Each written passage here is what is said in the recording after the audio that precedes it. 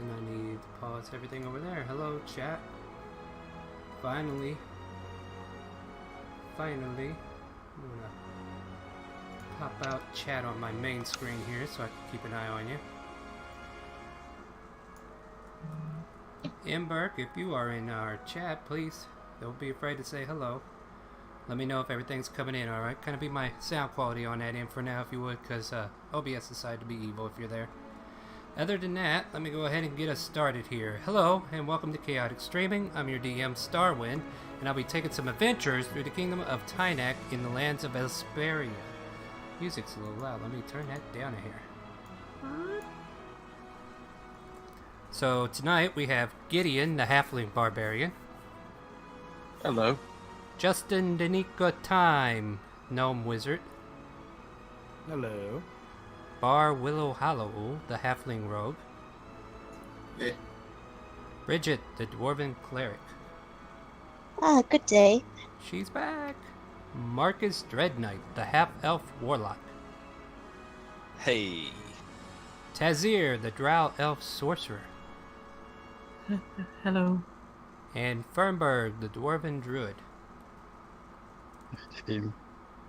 Alright, so when last we left off, the group, being short a few players last week, shared some concerns about making some more money, and as they tried to drum up a new job from the guild, they tried to drum up a new job from the guild. However, a festival rolled into town at least all the... How am I stating all this? I'm trying to read my own writing here. Okay, yeah, festival rode in with equipment and all kinds of, stuff being put up, and it started heading to be built off the western gate. Outside the gate was built a fairground for everyone to enjoy at the Kazia Harvest Moon Festival. Disguises were bought and used to hide two halfling identities from guards snooping for them. Sign up for a fight pit and chance to display their strength through certain party members who signed up. Also, a stage is being set up where Ninny, the blue garb woman, would perform. Tazir met with Arya, the orange-haired lady, and apologized for intruding on her when he tried to use message. She seemed a bit more appreciative towards him and finally offered her name to the group. However, the rest of the party noticed some strangers from another land observing Ninny from afar. They looked intent to ill, so the party goes to try and see what they're up to. Retrieving their drow friend from Arya, the group follows the three back to the Ventures Guild, where they find out that they're now part of. Fernberg offers to wait outside, allows Marcus and Tazir to see about getting any extra information. Playing off as an admirer of Ironforge's fate, which is the group's calling, it would seem, Marcus makes small talk with the group's leader. Through some probing and sugar-coated words, they were able to suss out that they have an interest in Ninny, and it seemed very ill-intended. Expressions of how evil magic is, and also expressed as the conversation continued. Expressions of how evil magic is also expressed as the conversations continue. Shortly thereafter, the group got up to leave to return to the festival. What will the party do now? Will they try to protect Ninny? Are they sure these guys are truly up to no good? Let's find out, shall we? And with that, let's see here. Let's just kind of probe out where everybody is or was, since, if I recall, remind me real quick, we were all pretty much, let's see, Fernberg saw them leave, Bar was on the inside as he was meeting up with Marcus and Tazir. At about this time, I would suppose Justin and Bridget would find their way trying to find a party, since somehow you just magically got split up at this point. So as I recall, Gideon had been outside with Fernberg. I thought he came in to check to see what was going on. No, Fernberg just got up and walked in. Okay, well, anyway, the three men are now walking towards the fairgrounds. You can reside back inside and try to get what's going on, or you can go out there and meet up with Fernberg, whoever wants to act first. Take the wheel, Gideon.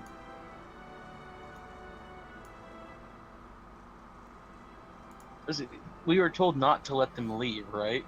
Was I relayed the safe signal? Is I know Fernberg got it, but I don't know if Fernberg relayed that to me. Oh, that's No, what I you guys. didn't. You guys need to talk this out. Figure out where you are in relation to where these guys are going. I think at the better part of this, maybe I'm a little bit wrong. Maybe you guys were heading back to the festival I in a thought group. we were there Maybe already. is that what I'm? Yeah, yeah. Like I said, it's been a week. I've been Yeah, kind of short brained too. guys Because, in Reddit walked back, and all right, so as you guys are kind of gathering together, you're all back in the same group. At this time, Bridget and Justin kind of rejoins just casually out of nowhere. So feel free to interact as we continue. You guys make your way back towards the festival, and you see several people starting to like take seats at all these benches. And there seems to be some work going on at the stage. There's like a group of bards who are kind of at the front of the stage, preparing a little stage ground so they could play some music. You hear them tuning up the band pretty much, and people are just getting around, getting ready for festivities that are about to happen. Also on the south end, you can hear taking bets, taking bets. Who wants to bet on the fight pit tonight? Come on down, come on down. There's this little halfling that's standing on a soapbox just shouting out at the top of his lungs as you guys re-enter the area. So, what do we want to do? So we have like an hour till the fights commence, right? No, it's betting time, then whatever stage festivities are going to happen, and then after the stage festivities, then the fight pit. Are we all in as a group? So we're all together? Yep. I come up to everybody and I've got my mantle of raven wings, my religious vestments, that cover like the front of my face, and I come up like clapping my hands a little bit with a little bit of bubbly excitement, and I say, "Oh, it's so good to see everybody again." Where have you been, Bridget? I just had to, you know, Fernberg, but the rest of you, I occasionally have to do some prayers and rituals, just cleansing rituals to keep my vestments pure and my soul set on the right path. Up in a nearby tree, you hear a caw caw, and you can see a few ravens nesting up there. Ah, it's a good omen. Are ravens a good omen where you're from? Where I'm from, yes, but I think that what ravens represent can be seen as a good omen anywhere. I see. We don't like ravens. It's just like usually when people like see them, it's not a good omen. They think it's a bad one. At least from what I've seen so far. I remember seeing him peck the eyes out of the dead. I think that both of you have a point. It's true that ravens are both a bad and a good omen. I would prefer to see them as just a neutral part of nature, as death is, and that's something that I care very much about. But death is part of our lives and not something to fear. Uh-oh. Unless My your sending mark stone is- is going off. I'm sorry.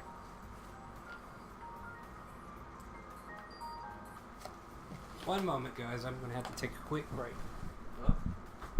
Mm-hmm. Yes. Quick, guys, how are you gonna mess up the campaign tonight? Blow everything up. I think those Ironforge dudes might have that set for us. We could just start team killing each other. That's what the fight pit's for. Can we wait till level first before we do that? Oh, guys, by the way, so I'm a artificer wizard, so I can infuse potions and scrolls for you guys. So I can make healing potions. I can make. Let me see. Well, I thought on Earth that kind of wasn't allowed. Yeah, we could have Will in here.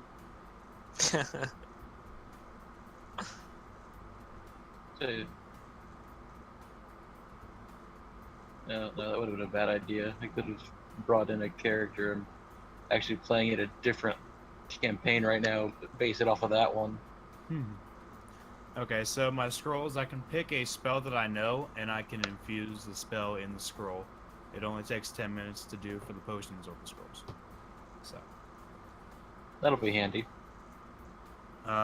so the stuff I can make for the potions, I can make potion of climbing, growth, healing, mind reading, greater healing, invisibility, superior healing, water breathing, and resistance. Does that cost you anything to make it, or like? is it Spell just like slots. Okay. But Well, Justin Denico time. If we ever have a free day, I would love some offensive spell scrolls, like a magic missile spell scroll, something like that. But oh, yeah, remember, definitely. I you can can only definitely cast do a that. spell from a scroll if it's on your spell list. Wait, really? I believe it's wands that you cast outside your list. Yeah. However it Okay. works. Sorry about that, guys. I had an emergency phone call there I had to take. No problem. Yeah. I'm gonna have one of them in 20 minutes. Yes, so, I'm sorry. What I would like for everybody to do is go ahead and roll perception check as we get started on today's festivities.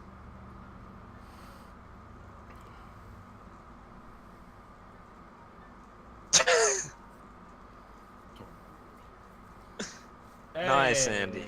Bridget's going to be the saving grace, it looks like. As we all see, it's Jesus. 10. Everyone else rolled beneath 10. Jeez. And she rose to 20, so yeah, let's see what we see here.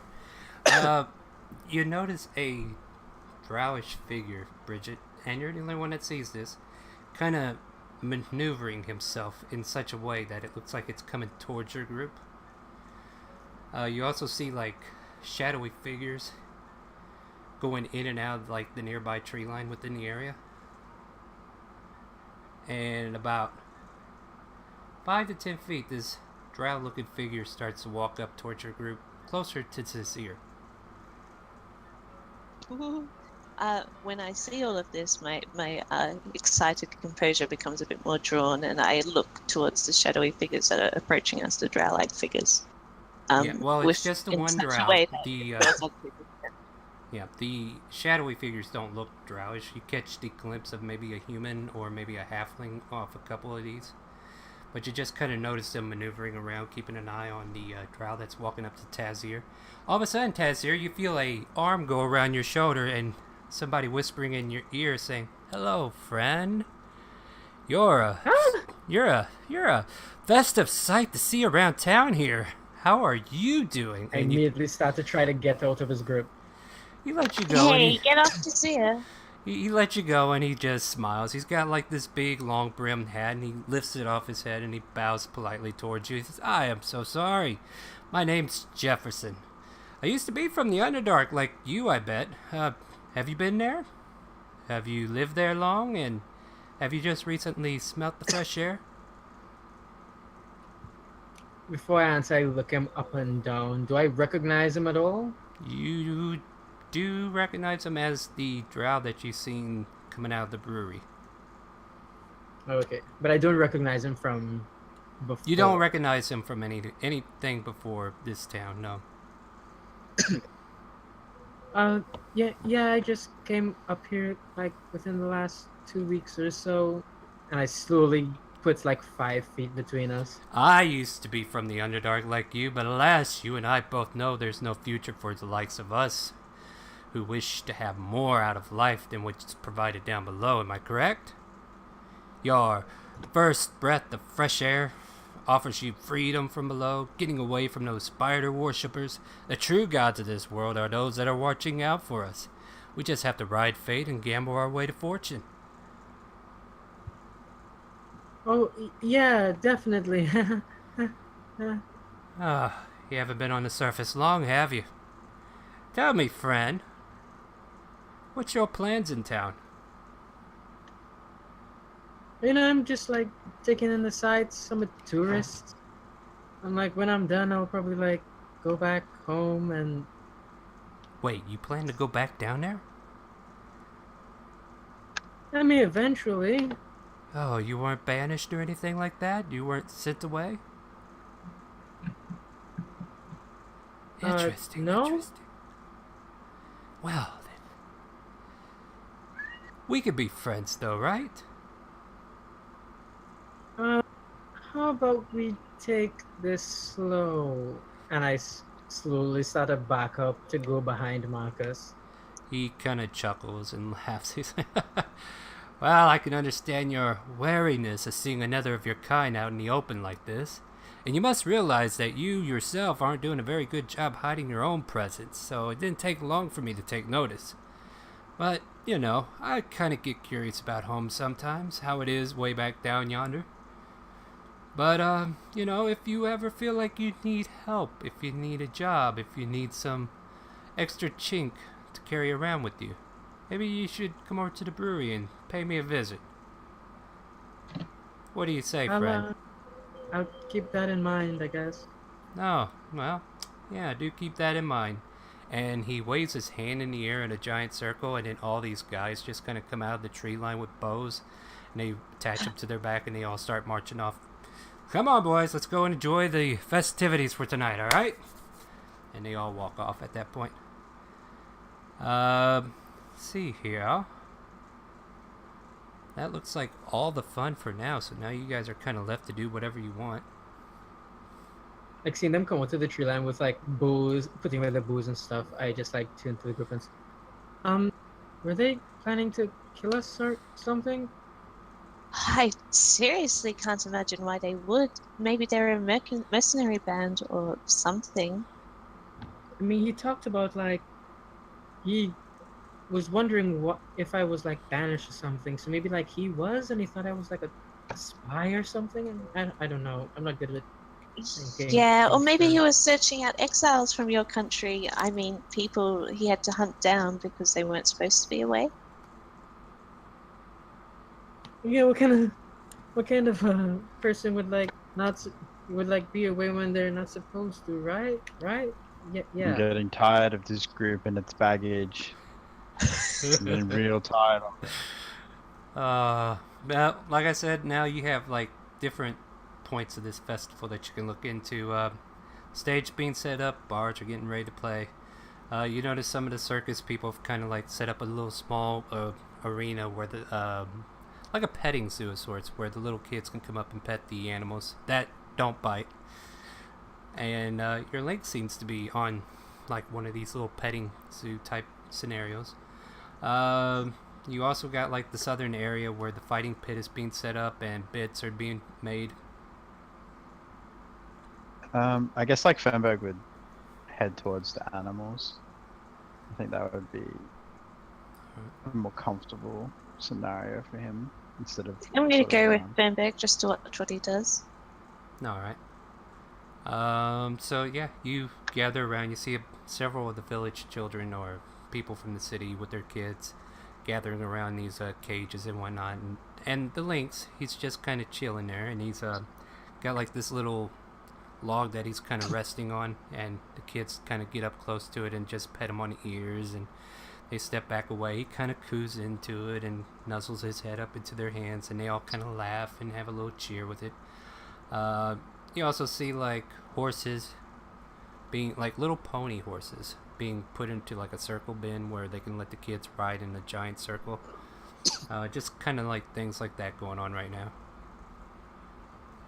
How many people are like overseeing this sort of Like the circus folk who are overseeing it, or I would say like at least 2 to 3 on each animal station of how they got it set up. Like there's about 2 or 3 people who are next to the lynx. One guy might be floating in between to make sure that everybody's doing okay. But yeah, there's like 2 to 3 people at least on every station, and they float around as needed. the health of the animals, just from like a purely visual. We're looking at like their cages have been set down on the ground, and then like decorated inside with like a log, or at least for the lynx anyway. Like he's got like a log that's in there that he can scratch up against. He's got a food tray and water, and he looks like he's well tended. He can move up close to the cage and allow the pet loud pets. He doesn't seem to bite, and he seems to know better. Anything else you're wanting to know in particular? No. So is the lynx that we rescued about here? Yeah, that's the current cage. Yeah, yeah, yeah. Of course, of course. I'm going to go over to Gideon. I'm going to bring him back to the lynx. If he wants to come. Gideon, there's something I want to show you. By the way, Gideon's wearing a mask that looks like a bull. Oh, that's a cool mask. Bar got it for me. And Bar is That's wearing nice. a giant bobblehead-looking smiley face. Hey, you two, do you want to say something cool? I'll go with her. I trust her enough. Me? Alright. Alright, I'm going to take them sure. back to the lynx cage where the kids are having a nice time. Yeah, so she drags you two along. It's the kitty. And you see the cage where the lynx that you guys rescued is just kind of cheerfully nuzzling up to the cage where kids are petting him, and he's just allowing it, and he just kind of prances around back and forth. Gideon is going to be visibly excited at this. Yeah, as You you can almost see approach, smoke churning out of his ears right now because he's thinking. and the lynx, he paws his hand outside the cage towards you, like in recognition, trying to wave at you and then try to touch you as you get closer.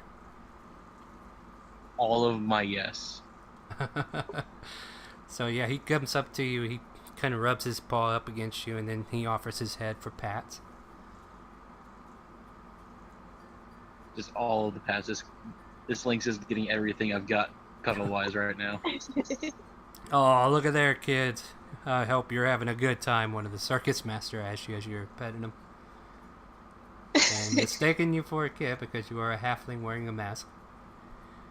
No, that's good, because if they recognized us in the trouble we might have caused earlier, I don't think I'd be quite as welcome. Yep, so yeah, you guys are just kind of having pets, and oddly enough, the one guy that's there, he kind of asks Bridget, are they your kids? Oh, not at all. We're an adventuring band. They're Oh. very strong. Oh, I'm sorry, ma'am, I just, yeah. But anyway, and he just kind of goes by. Never seen a dwarven child before. Sense. I will turn to the guard with my smiley face. I'm just staring at him. Yeah, it's this circus guy. He's like, oh, yeah, well, you're enjoying the festival. That's all that matters. I'm sorry for mistaking. That's very insensitive of me. Apologies. Apologies, man. Apologies. No. Yes, Not sir. at all, not at all. Yeah. Fucking To the rest of your idiot. group. Yes, I'm very fucking stupid. I apologize. Look But- at the size of him. Have you never seen a dwarven child before? Well, I don't know. He looks like he could be a full-grown halfling for all I could tell. I mean, I don't know how you're... I do apologize. It's my stupidity. I don't know the fraternity of a child dwarf. So, my apologies for being ignorant on the matter. Walk away. Yeah. Well, he can't. He works here. I work here. I can't walk away. We can walk away. I'm, Do you I'm wanna giving walk him away, my back. I'm turning away and just giving him my Oh, back. okay. Like, look He's in the like- complete opposite direction. And he's just We like, did what we Oh, needed to and- do here. I'm Gideon, sorry. I'm Gideon sorry. has I'm sorry. experienced I'm sorry. joy. Yeah, you just hear the guy just, I'm sorry. Continuing on, you hear, like, there's still betting going on down there at the southern part of the field. And the guy is saying, betting closing in about 10 minutes. Get ready for the festival ceremony happening in 10 minutes. Get your bets in while you can. I'm going to kind of just disappear from the group and go to the bank. Alright. Had something fully set up for this, but however, I will just give you like basic ratios. Like if whatever you're looking for. Like right now, they got Marcus labeled with 1 to 5 odds. And your halfling friend has 1 in 20.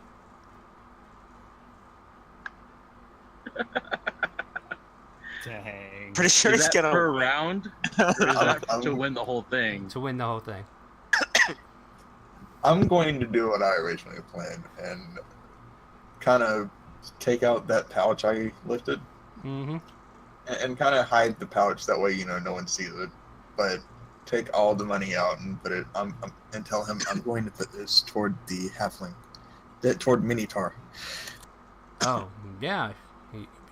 Just want to let you know he's got 1 in 20 odds against him. Are you sure about this? All right. Who am I to question, right? All right. So. Oh, don't worry about it. Yeah. So you're putting the whole bag on Gideon? I'll put 150 on Gideon. I'll put 50 on Marcus. 50 on Gideon and 50 on Marcus? No, 150 on Gideon. Yeah, I got that. How much on Marcus? The rest, 50. 49? Well, yeah. Okay, we can do that. I'd All advise against that. But... He's splitting his odds. Alright, so, And yeah. Tazir would go up to the guy as well. Alright. 24 on Dread Knight, please. Ah, fine. Dread Knight. Marcus Dread Knight. Got it. Got you down for 20. Any more bets? I put Dreadnut. I don't know why I did that. So 20 on Marcus Dreadnut and Dread Knight. Any more bets? And any more bets from you guys? Nope. Say, Tazia, is Marcus a very good fighter? Like, yeah, he's a great fighter. He's like Is one of that the why best they fighters I've ever seen. call him Dread Knight? Like, that's the name that he has?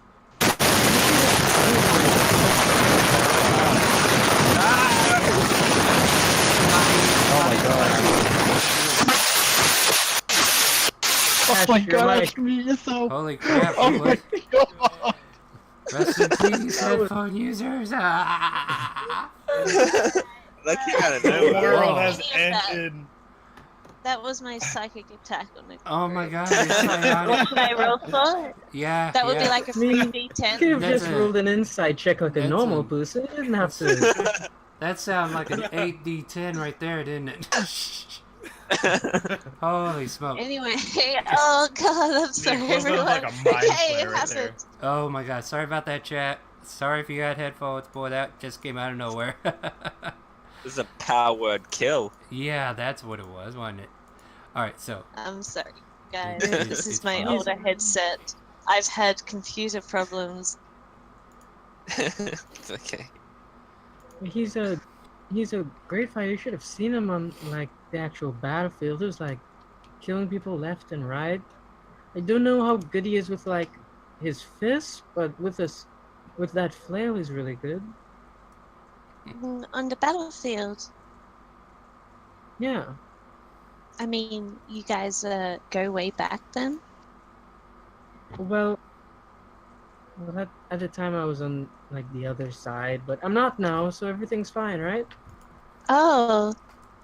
Yeah, that's a bit strange, but that's cool.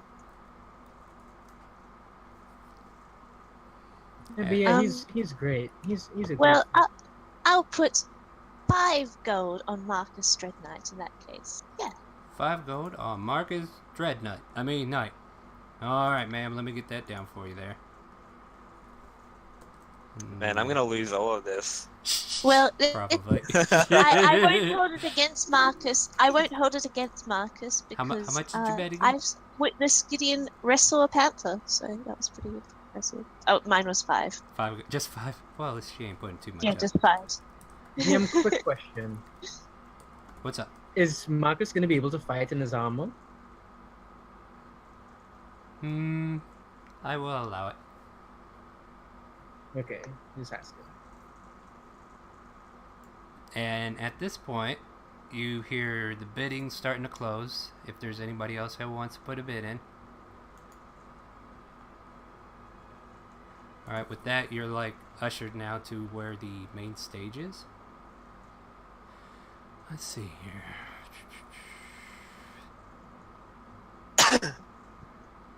So, let's see. Let's see if we're ready to set this up for us. Let me set this up before we get into it. No, that's not the one I wanted to look at.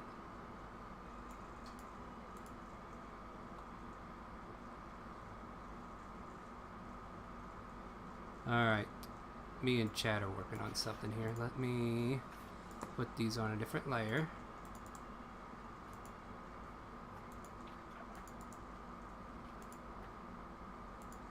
Alright, and I will move everybody over here.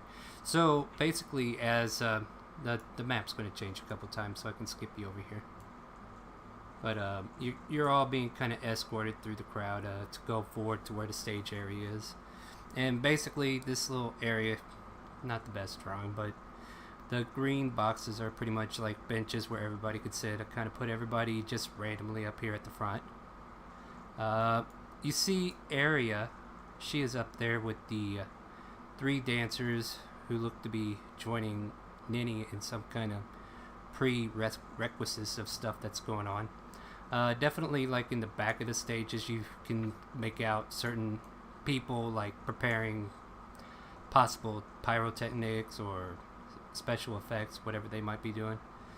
With that, I'll have everybody make a... Well, first I would just want to ask, is this lineup suitable, or do you guys want to move? Like, where do you want to be in the audience? Very happy just sitting next to Bridget and none of the other people. I'm very content. I kind of figured out... Go ahead. I'm going to be honest, I'm going to kind of leave the, stage after well, a while. Tell me where... Alright, so as the festival's about to start, tell me where you guys want to be in relation to each other. Like, this is the front of this stage right here. Where do you guys want to be? So go ahead and reposition. This is just my random positioning. Perfect for me. So are you staying at the bench at the stage? I need to ask a question and I'm out of there. Ask away. So, can I, add a character? Do I know Justin is, like, he can make potions and stuff? Justin, Since we have a somewhat backstory together. Yeah, I would say you would know that kind of thing. Justin has the alchemy stone, is that right? Or No, I have the alchemy stone. you got the alchemy? Okay, so what did Justin get? Because we do have these. So I took the red crystal, which is for parts metal working. Okay, yeah, that was Yes. yeah, that's for metal working. So yeah, you got these crystals from Smithersmon, who is a developing gnome who is trying to create synthesizing crystals. But yeah, you would know if he can make potions. Yeah, I would say that, because he kind of let you into his house for a while before you guys started adventuring. Okay, so, could you tell me what is needed for a strengthening potion? And I'm asking Justin. what kind of potion would that be? Anything to, increase one's strength or, to make one better at hand-to-hand combat. I personally have not looked into specifically that kind of potion. I could definitely go through my book. I can let you do an Arcana check if you would like to know. Sure, why not? Let's leave it to the dice. Let's see.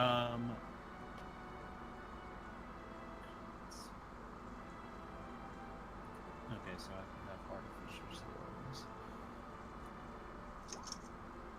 You know So that it's actually a 22, but yeah, that's fine.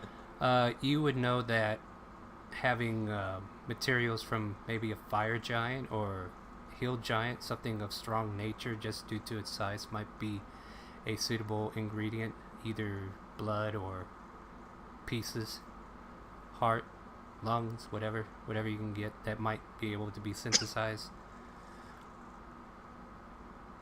okay. So, probably answer your question. Most likely, items from a larger humanoid, probably something like a giant. It just derives their I'll be pure back. strength and puts it all into, the potion that you're trying to get. Okay, do you know anything to weaken someone's strength? I do not currently have anything on me that can do that. I can definitely look into it though. So, if you want, as we're going through this, I can just check up as I need to on my notes and stuff. Okay. I'm going to keep in mind that I need a giant, something from a giant, and Alright. I'm going to go around and look for ingredients to make either a strengthening potion or something to, lower someone's strength, Hmm. or something. And as I leave, I'm going to tell Justin, watch Gideon, please. I'll try. All right, so you're gonna go into town and see if a shop is open, or what's the Carnival, because they got plenty of stuff here. I'm sure, a lot of exotic stuff. All right, so as you're starting to walk away from the group, I'll have everybody make a perception check.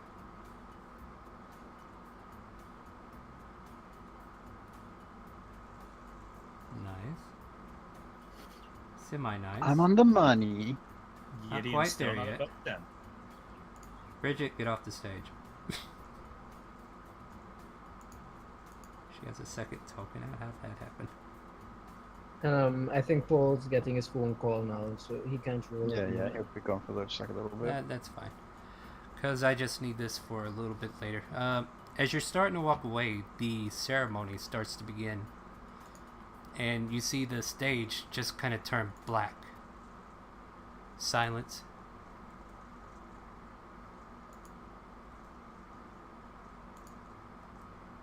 And suddenly, Ninny takes to the stage as a spiral of leaves encircle her.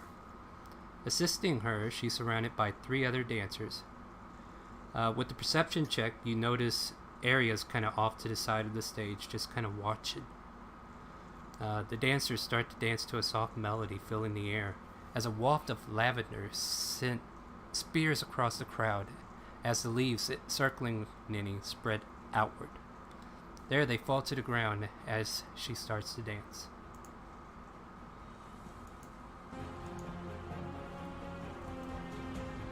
Hands to the air, hips swaying gently to the side, her movements seem to invoke the wind. A soft lulling voice thaumaturges through the air. Walking the path of the wind, our dancers are inspired by Kazia's grace. Her breeze blesses us with the will to live, to be more than we are. Here, Ninny dips into a curled state as the dancers surround her being.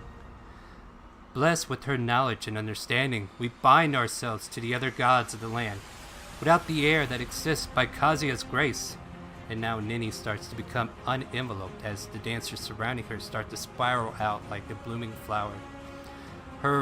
She starts to raise into the air gently off her feet as she holds her hands out to her side at a slight angle as she hovers above the other dancers. The dancers continue to dance around her in rhythmic beat as she stares absently forward, her blindfold ends waving in the air behind her as her hair blows out in all directions around her being. Walking the path of the water! And as if on cue, a spiral of water jets out from across the stage from left to right in a wavy spring. With a snap of her wrist, she takes control of one of the streams and pushes it forward around her and above the dancers. A soft trickle of light spilling from behind her as she lifts her other hand, takes the other spiral of water, and continues to wave them both around like poi balls.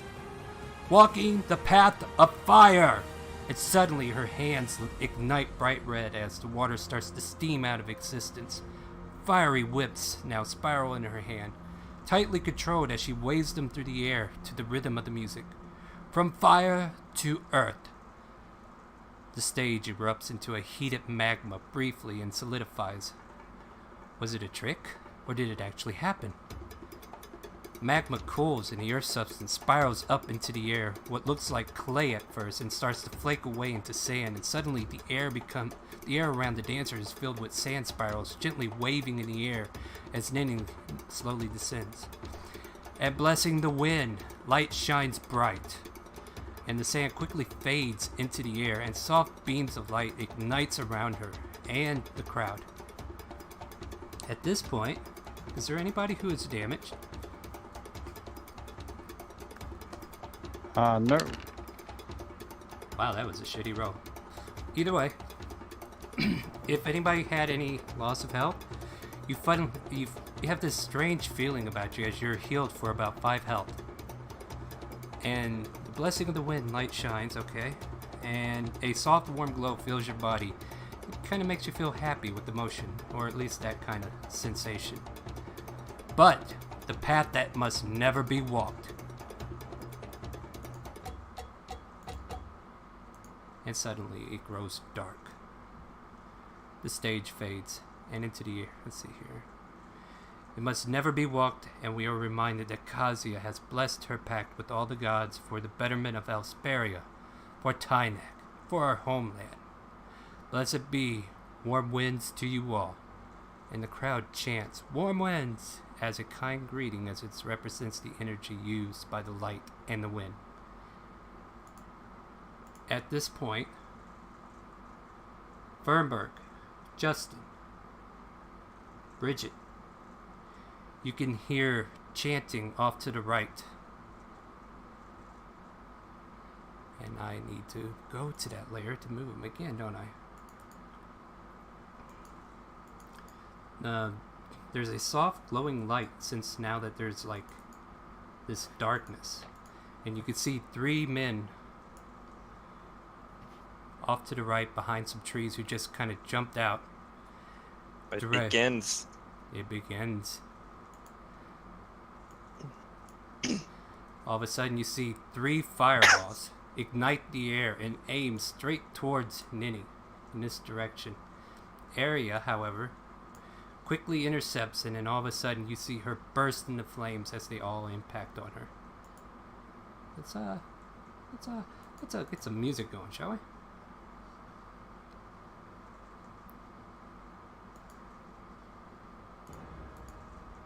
Alright.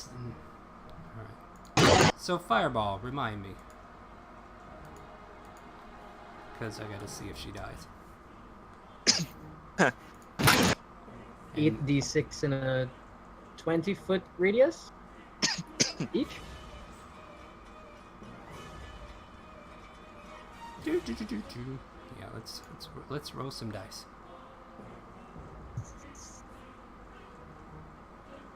All right, so as she jumps there in the web, she also like raises her hand in a runic type motion of some sort, to where she's like gathering this energy towards her to lower the damage radius. And she will take the full brunt of the blow.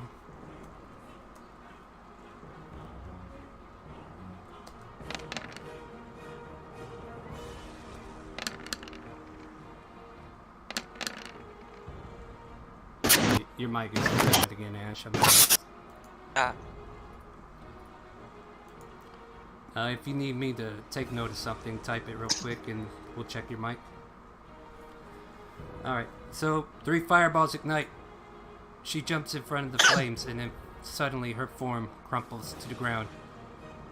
The dancers that were around rush out. You guys now notice these 3 guys starting to approach. And basically in unison they shout, "Destroy the seer, for she is evil. She must be put to the sword." A lot of the people who are gathered here are all distressed and fixing to leave, rushing away from the event. And at this point, if you guys want to interact, we need to roll initiative. So let me check. Is there by chance like a mosque laying around I can steal? What? Like a mosque? Not laying around. I mean, the only ones who have masks are these 2. Alright.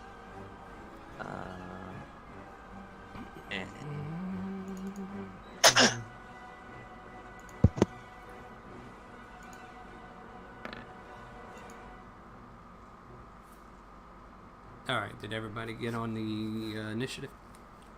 So would I have heard the explosion? Or that Yeah, dude, right as soon as you started to walk away, the event happened.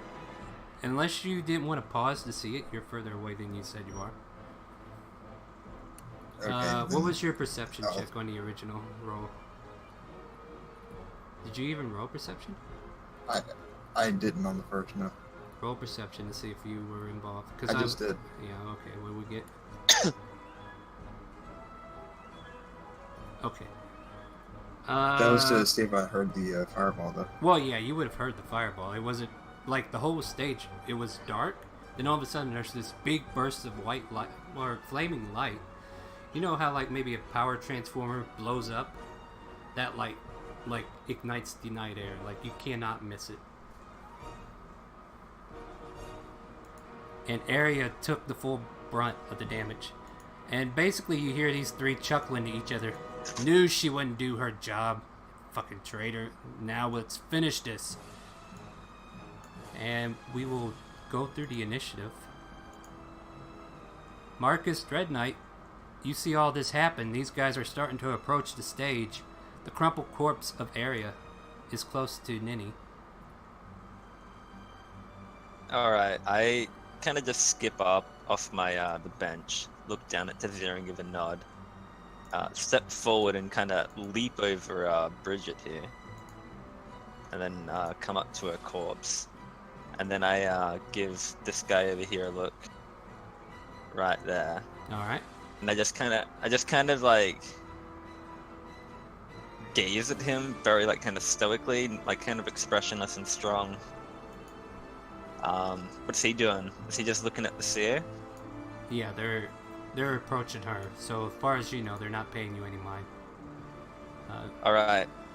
I put my hand behind my back, kind of tense up a bit.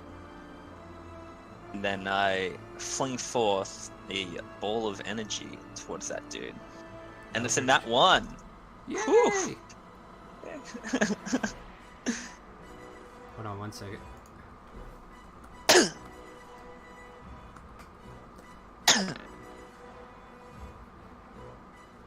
It rolled low, so you're fine. You turn to do the Eldritch Blast, and instead of hitting him, it lands like in between these two. And he kind of turns to look at you. Huh? Are you trying to protect the seer? You!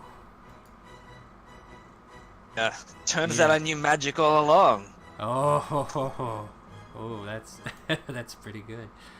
What else are you doing? That's it. I kind of got their attention. I'm standing strong. I'm good. Bar, go ahead and roll into the initiative so that we can put you on the board. We will say you're dashing to get back. Tazir. What would you like someone to do? else's turn? Oh, that's Bar, okay. Yeah, Bar was informing me. Alright, so he's 4. That looks about right. Natural 1. Is this like Justin Danico times 2 next or something? No, it says Taz. Oh wait, it is Justin. I apologize. Somehow I missed that. Justin, you were up. It was Tazir for me as well. It's for Yeah, some it reason was Justin. weird. Yeah, alright, so maybe Justin forgot to roll and he finally rolled too. Alright, Justin, what do you want to do? Let's see. I will move up to.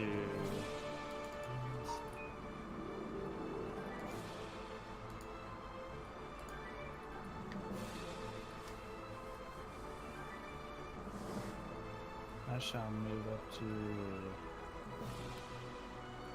right here, and then in this direction, I'll cast Burning Hands. Alright, go ahead and show me the spell. It's a dex save. All the saves are being done to GM, so chat knows if we pass. How many of them do you hit? Just one 3. or 2? It's in a cone. Okay, alright. And your spell DC is 13. They all fell. Alright, so 8 damage. Mm-hmm. That's horrible. That roll was 2 1s and a 6. Alright, so 3d6. correct me if I'm wrong, but whenever you get up there, you point your hand towards these 3 gentlemen, just kind of casually walking up to them. By the way, here's some burning hands. And then all of a sudden, this cone of flame ignites out and hits all 3 of them as they're trying to approach. And they all turn to you, unsinged in a way. Looks like your full effect of the spell didn't take fully on them.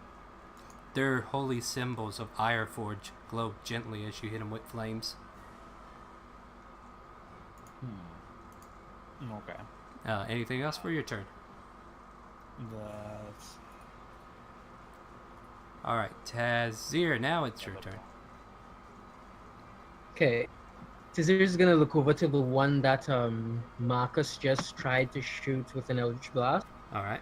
He's gonna hold up this jet black crystal, start moving his hands around top of it before punching it, and a black orb will fly out of it towards that guy. All right, let's see it. Ugh. Chaos I'm guessing a bolt. 12 misses. It does indeed. So you send out this bolt of energy that chaotically spirals towards him. However, kind of lands in the same spot as the Eldritch Blast, and the two of them are taken back as they kind of look in your direction. Looks like there's more of them, brothers. Fernberg, you're up. What would you like to do? Oh, just as Or- a bonus action, Oh, go my ahead, I'm eyes sorry. are gonna flash a bright red as I get back a spell slot. Very well. And a sorcery point has been spent. Fernberg, now we can go to you. What would you like to do?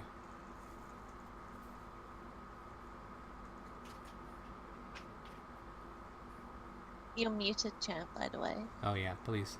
Oh, Alright. apologies. Try again. Fermic's gonna walk up to Gideon, put his hand on Gideon's shoulder. I'm gonna cast Longstrider on him, and I'm gonna like lean down and whisper. I'm gonna like, get him. I want you to get them. So you take And a then- pitch dirt. Yeah, Now and then he's- as my last bit of movement, I'm gonna hide behind the The bench. I Okay. guess the bench, yeah, Alright. and end my turn. Very well. Now, the clerics that are trying to go to the stage. The one at the bottom will go ahead and stay. 5, 10, 15, 20, 25, 30.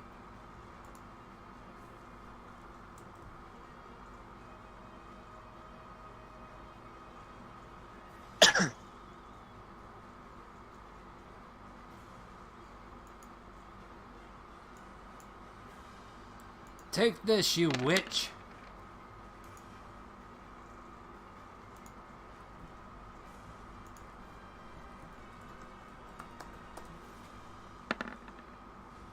Damn, she doesn't save. Alright. I'm just going to accumulate her damage. So, yeah, that one gets up there to cast a fireball and blows into her, and she takes some severe damage. But all of a sudden, you see her arms that were originally controlling the wind around her contort the energy of the flame, and she spirals it out and makes it disappear as it still singed her, and she's still hurt, and she looks very upset. There's a soft crackle of energy that is kind of erupting in the air. Her eyes seem to be glowing through the blindfold as she kind of stares at her attacker. Let's see what this guy's going to do.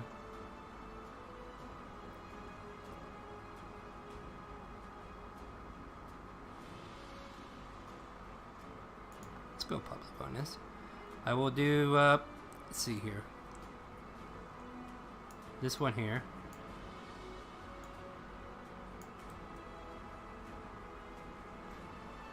Firebolt on Marcus. 21's a hit. That's a hit. 14 damage. Holy shit. I'm down. Holy shit! That's a lot of damage. Yeah, and you guys are only level 2. So yeah, he comes up and casts Flame Bolt on you. Or Firebolt, I'm sorry. And then all of a sudden you get hit by the flames and spiral over and just fall to the ground. You're unconscious now. Let's see here. What do you want to do? Just in the nick of time, you get a Firebolt as well. You get a Firebolt. You get a Firebolt. 15 a hit? that will hit. That will hit. For 8 points of damage, a fireball goes jutting right across your cheek as it kind of bashes into your shoulder, and you felt the impact of that firebolt. Even though he cast that on you, he's going to use his movement to get on the stage and prepare for whatever they're trying to do. Bridget, you're up. You see, Well, yeah. everything's gone absolutely bug shit crazy. Sure. I'm going to go and cast kill. I'm just going to, like, in horror, like, Dread Knight has just jumped over me and then he's been knocked down by a spell. So I'm going to immediately run over to him and when I cast Cure Wounds with Circle of Mortality, Uh-huh. in effect, it does max, like, highest possible number for each dice. All So right. it's automatically 8 plus my spellcasting modifier. I'll just. Okay, that's interesting. I'm kind of reading more about your little thing there, and I'm curious to know what else you plan on doing. Okay, that's 12. And looking at the other dancers that were hit by the fireball, did they go down with that? No, they were actually able to get out of the blast radius thanks to Area doing some kind of focus energy technique or something. Like she literally. Oh, that's pretty awesome. Yeah, she took it all, but she took it all in pain. I'm going to then after I do that, I'm going to run up to confront these guys, put a barrier between me and my poor Alright, Marcus. And So, oh, actually, I'm going to come around here and try to like get in front of Justin Denico time a little. alright, sounds good. Marcus, you're back on your feet. There, she comes over there and cure wounds for 12, right? Yeah. Alright, so you're pretty much back to full now, huh? Yeah, I'm one off. Yeah. Gideon, what would you like to do? Mad heals.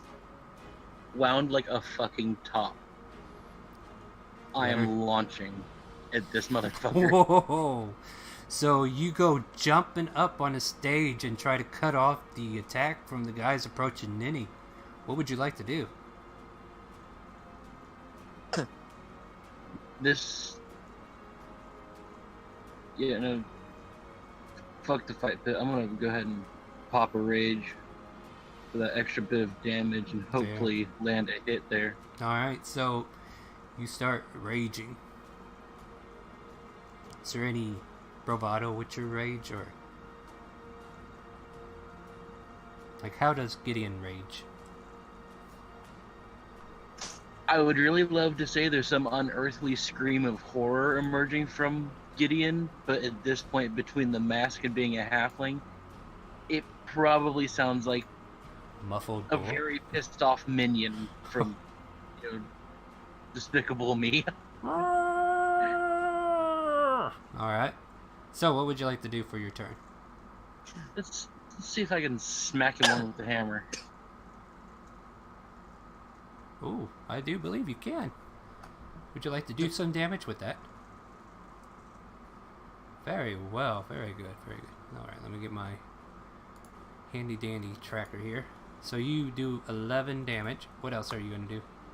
Can't really do anything else. You only get one attack, right? Unfortunately, yes, I only get one. Alright. But you manage to get up there and you do a hammer slap on top of him.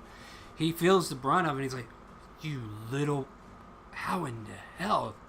Just kind of questioning where this strength came from in such a little figure. See, because I'd love to ask if I could follow that up with a grapple, but I don't have a tavern brawler to actually Yeah. do that. Well, depending upon how this goes. Yoink.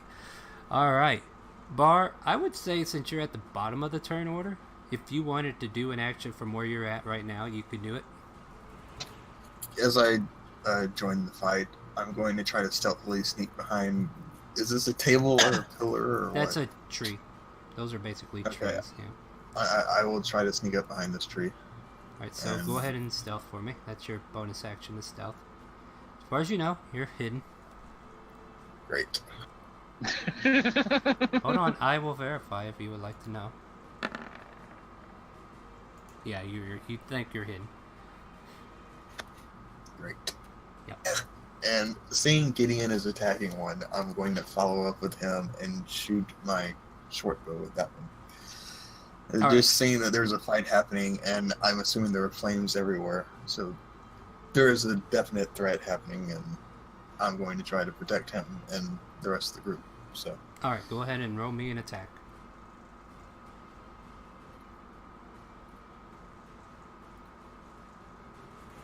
So you fire off an arrow trying to get to him, but however, it kind of whizzes in front of Gideon and threw the other guy off to his side. Arrow landing somewhere behind the stage. you said you found out that the cunning and bonus were the same, right? Yeah. Okay, well, I can't do anything else. So. With that, this crackling sound of lightning starts to fill the air around Ninny. She starts to approach.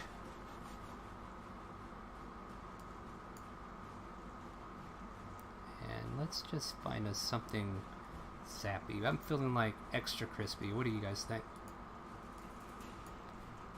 What do we got in the flavor of lightning? Maybe if I could spell it right.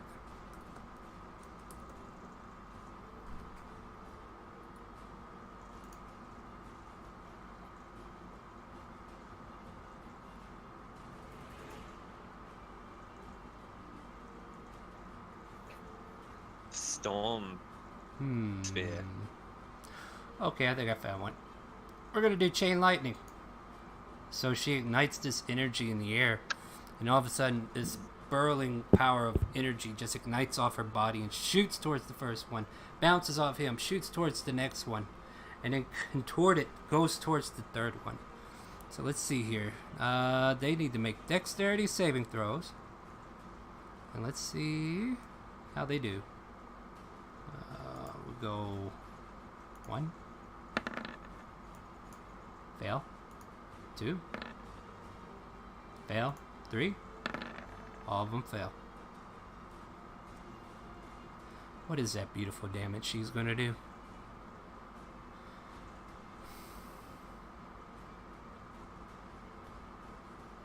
So 10d8. Ouch.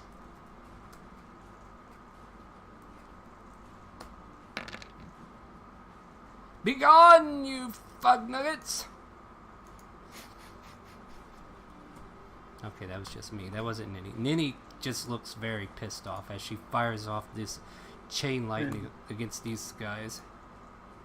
Note to self: don't piss off Ninny. She could Power. wipe the whole party with that shit. Party is, sorry, her energy is just growing wilder and wilder, and you kind of see, she realizes flames aren't going to work on him.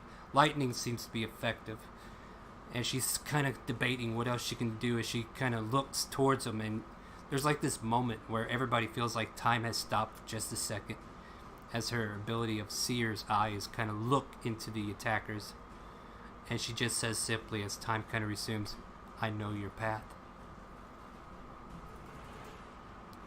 Top of the round. Marcus, what would you like to do, sir? You just Alright. got up. Well, I'm calling upon the power of ice, and I'm gonna armor of Agathis myself. Very well. Alright, and then I'm gonna leap up onto the, it's only like, yeah. I'm Alright. gonna leap up onto the stage here. Then I'm gonna get in this guy's face. And that's it. No I'm actions? just gonna get in his face. You don't I want to take a swing had at the him? armor of Agathis. I had the armor of Agathis, don't have an action anymore. Oh, yeah, that's right. You cast. I thought that was a bonus. My bad. So, you create this ice armor around your being, and then suddenly you jump up on a stage and go and cut off this guy as you feel Ninny ignited with all this energy behind you, and it seems to be getting pressure. Like there's a lot of pressure in the air now. Justin, what would you like to do? As you just Okay. watch this bolt of electricity fly through the air, jolt off these 3 guys, and just stop before it goes around you. Let me see. I will cast a magic missile, and one is gonna go. Let's see, one for each of them. 1 for each of them. Roll me the damage separately then.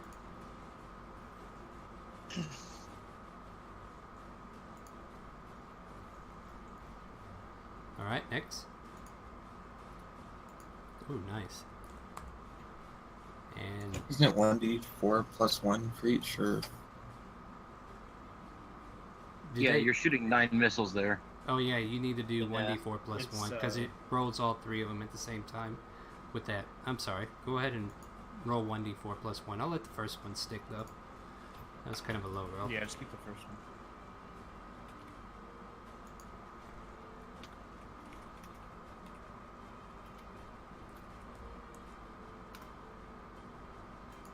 All right.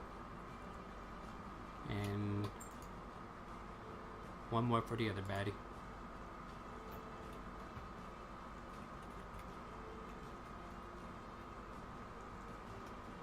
Nice. Alright. So you fire off 3 magic missiles. Pow, pow, pow.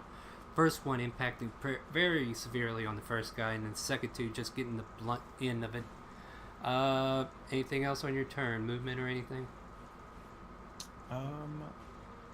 Let's see. I am gonna move outside over here.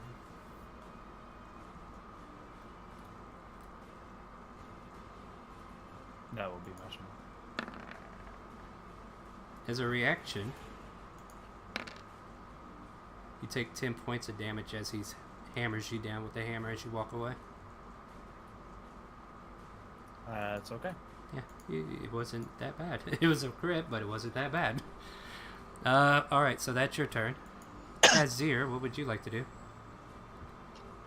Zir's holding up a palm towards the same guy that just hit Justin.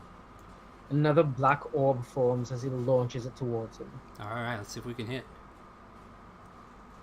Nope. Wow, they are falling off. So yeah, this orb goes splashing off to the side. You just seem to be losing your focus. You're probably panicked because the girl you met earlier is now lying dead on the stage. Oh, He's not panicked, he's just really angry. yeah, maybe you're over angered by it. Yeah, that makes sense. Vernberg, your turn. What would you like to do? Was there any movement on Okay, your... I'm sorry. Was there anything else for you, Tazir, though? I forgot to ask you about movement or anything. You're good?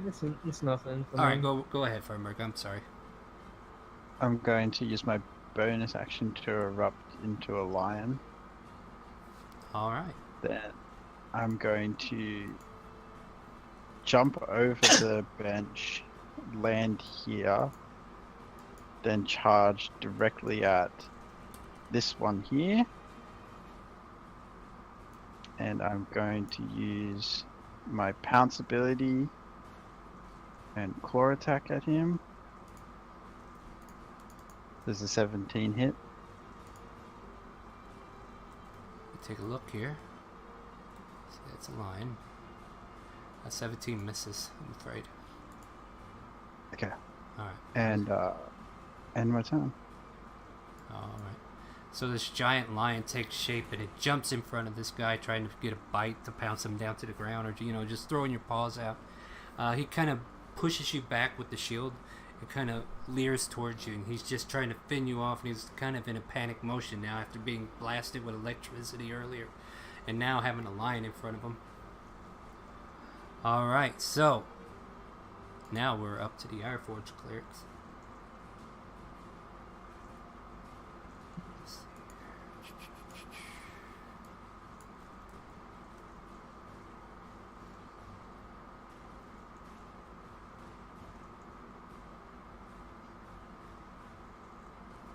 Alright, so we'll just do another...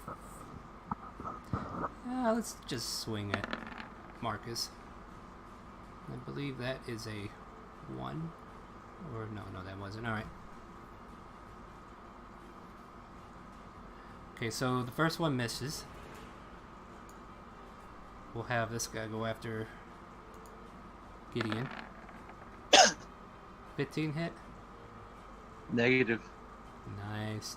So yeah, these two come charging in at the other guys that are on stage. He swings at Marcus and just kind of misses, wafting at the air. The other one comes up to Gideon trying to get at him. You got a shield, right? I do. Yeah, so you basically bring that shield up and growl in his face, just pissed off look in your eyes. Let's see, this guy here, what would he do? He's gonna be a dick. He's got a fuck off huge lion in his face, so... He's gonna be a dick.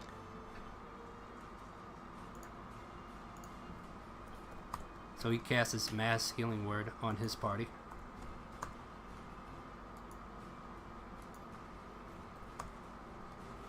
Let's see, is that a bonus action?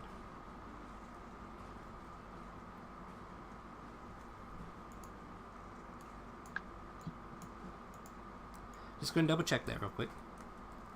Yes, it is. It is a bonus action, so therefore he will go ahead and attack the lion.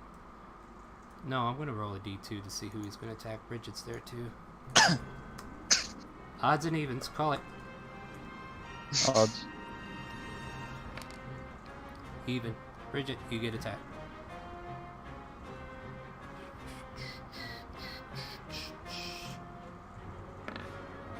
Does a 14 hit? It does not. I bring up my shield and I glare at him over the top of it. Alright, so yeah, he comes hammering down. You bring up your shield, and this dark essence of energy kind of erupts around you as you're representing the Raven Queen in this realm. And their soft cough ravens fill the air. Caw-caw, caw-caw. Alright, so with that, it becomes Bridget's turn. Having misapprehended the situation earlier, myself as in real life, I will attempt to cast Spare the Dying on the girl who died, even though it's not going to work now. But and then I'm going to swing my my sickle around into this dude and cast Inflict Wounds, while the ravens are still like crowing and going nuts. Yeah, that's a miss. However, I would like for you to roll. Let's see. Roll religion check. Alright. I'm going to see if you spared the dying. Oh, I hope I do. Let's go. Sorry for being slow. No, Using my you're fine. touchpad. You're fine.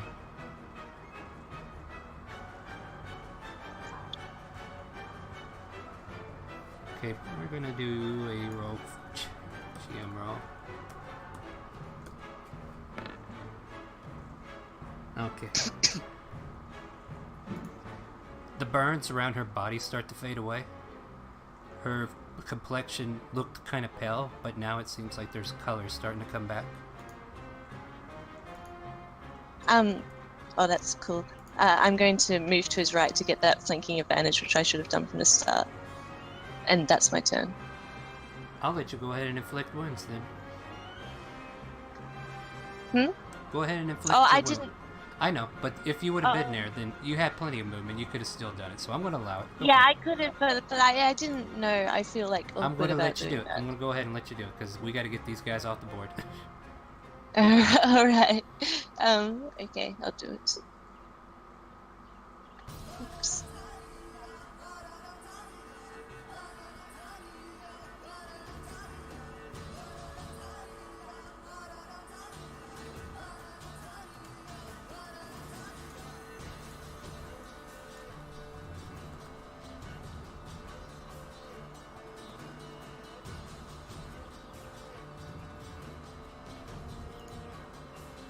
Alright. Alright, so you get behind him, and this black energy just kind of nestles out from you and zaps into the cleric in front of you as he's hit by this black ichor of energy that comes off you from worshipping the Raven Queen. You hear the ravens in the trees caw happily as you do so.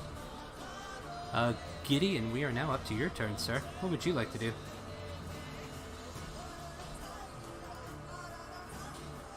Gideon, are you muted? In the spirit Okay, there of you go. being a whirling dervish, Alright. seeing as I'm a small creature and can move through their space, Where would you like to move? I'm assuming flank, but I don't know. I will be eventually moving to a flank, but I'm gonna like dart between his legs first, Uh-huh. and then skip over to here, Alright. And and then, see if I can't get that warhammer to strike home. alright, let's see what you can do. That will hit. That will deal For 8. damage. Does that add your rage bonus damage? Yes, I have it, so it adds my rage bonus in. Okay, cool. So yeah, you slide between his legs. He kind of looks off to the right, to see where you went. You slide off to the side, and then you just come hammering down on him. Bam! You hit him right in the back of the calf. He kind of goes to one knee, but he kind of holds himself back up as he's kind of braced by the plate that he's wearing. You little rugrat, I will kill you! And you kind of got his attention with him flaked right there. Just growling at him. Yeah, and you got this big old growling snarl as you look up at him. That's all for your turn, right? Yes, that is all I'm going to be doing for now. All right, Bar, what would you like to do? Okay, so this is a tree, right? That's a tree. Bear with me. I'm Barry. I'm going to climb it. Christ. Roll me athletics. Okay, it takes you a hot minute, but you get up the tree. The fact that you have a -1 over there. How did you even manage? You just somehow magically find these short limbs and able to kind of bend the branch a little bit and then jolt yourself up and somehow manage to keep your balance as you get to a higher branch. All right, what else would you like to do? And I will use that as my movement. And then, since I have a different vantage point, can I roll stealth to kind of? You can roll stealth. Go for it. Okay. I mean, you're cut in a tree. They don't have a clue where you're really at, but yeah, as far as you know, you're hidden. Right. Okay, and I will use my attack as the short bow again, and I will be focusing this one. The one between Gideon and... Oh, that one? Okay. That one. Alright, show me an attack. Well, yeah, you're... Unseen attacker. You get advantage. You fire your bow from the limbs of the tree, and an arrow goes shooting halfway across the stage and lands right into the back of him. Go ahead and do damage. And since you have an ally within 5 feet, you get sneak attack bonus. Really? Yeah, really. You get the advantage from being hidden, which gives you the unseen. Did he just attacker. roll low on perception? Or... Yeah, pretty much. The fact that he's on the stage engaged with Gideon and Marcus kind of lowered the DC of them paying attention to you. So that's a total of 9 damage. Yeah. Alright, so -9 on that. Alright. And will that be all for your turn? Yes. I think that's everything. So, Bar managed to get up a tree. His other character can't seem to... Okay, anyway. Marcus. It's getting down that's the problem. Yeah, I was like, we better just wait and see how this turns out. he is not strong. Marcus All the right. Red Knight. What do you want to do? I'm reaching back behind me and Actually, let me hold that for a minute. I just realized I have Ninny going right at the end. So you're at the top of the round. So let's go ahead and get her to do something. Let's see, we did lightning last. Fire's no good. Water or earth or... Let's see if there's anything for the wind. Like, I'm just looking for spells that she could be using. I do believe I like this one.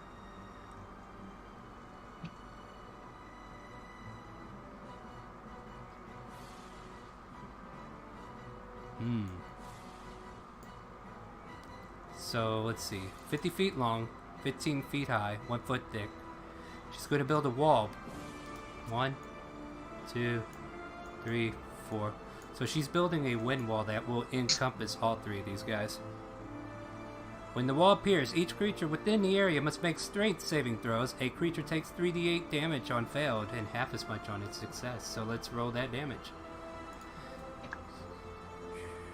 Strength times 3. Fail. Fail. Pass. Chris, 17. And as Yeah, they're don't engulfed... piss her off. Hmm? Yeah, no, I'm talking to myself. I'm sorry. It's fine. So 14, 14, and 7. As you were fixing to attack the one that's in front of you, the wind wall kind of shears through him and kills him. He falls to the ground, now spiraling away from the wind wall. Let's see here what happens to the other guys. This guy takes the full blunt of it. Alright. The strong wind keeps fog, smoke, other grass at bay, smaller creature flying, blah blah blah, loose lightweight material. Arrow bolts and other ordinary projectiles large at target behind the wall are deflected upwards, so shooting them would probably be a bad idea. They're currently stuck in this wind wall, but I believe melee attacks should be okay. Let's see. Smaller creatures can't pass through the wall. Okay, so I'll need to know where I can't go since this wall's a thing. Yeah, this wall's a thing. Do you want me to mark it? Let me see if I can paint it. I'll freehand it. So there's a wind wall kind of going through here, to here, to here. I didn't. Okay. That's the wind wall. And it's concentration up to 1 minute. And yeah, it's 15 feet high, 1 foot thick. And she shaped it in such a way that she could hit all three of them. And then she just kind of let it stay short at that point. Alright, Marcus, now you can do something. Alright, I'm moving just in front of this guy. I ain't stepping on that wind wall shit. Alright. And then I'm reaching onto my back, pulling out my flail, and I'm gonna try and like spin around and slam it into the side of this guy's head. Alright, let's see some attack rolls. Yeah, never mind. I'm not doing that. I guess not. That was a good attempt, though. So basically, what happened is you try to smash this flail, through the wind wall. The wind wall repels it as you're getting close to hitting him. You felt like you could have got him, but the wind wall kind of prevented you. At least that's what you can assume from that point. Anything else on your turn? That's it. All right, and with that, just in Nico time, what would you like to do? All right. Magic missile again. Why not? Sure. Fan favorite. Are we doing it on one or? I'm doing. That's fair. I'll do one of the missiles on this fellow. Yeah, that and guy's two looking on worse from what you could tell. The other guy looks a little bit healthier. The bottom one looks healthier. So. All right.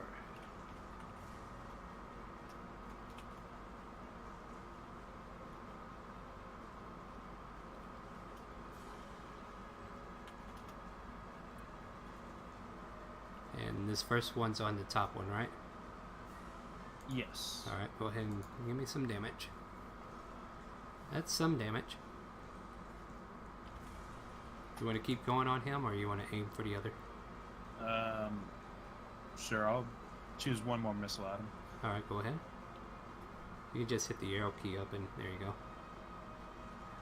And he's still alive. Might as well just knock him out at this point. As hard as that was, it doesn't seem to fully kill him. Like, he's looking pretty beat. Dang. Okay. Then that will actually no. Bonus action, take a potion. That'll be my turn. Alright, go ahead and heal yourself.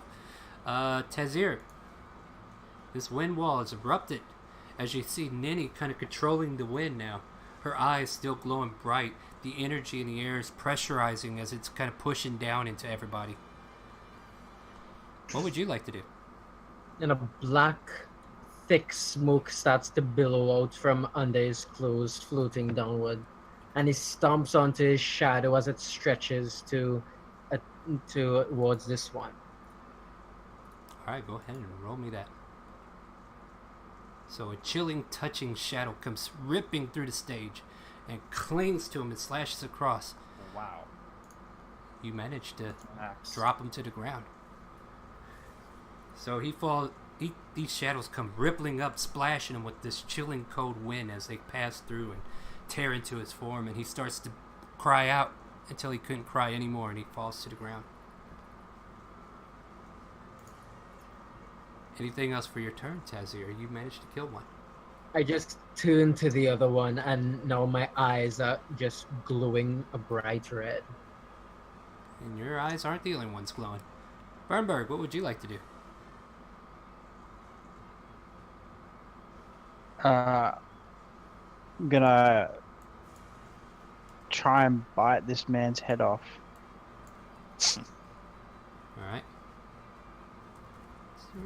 16 is not enough.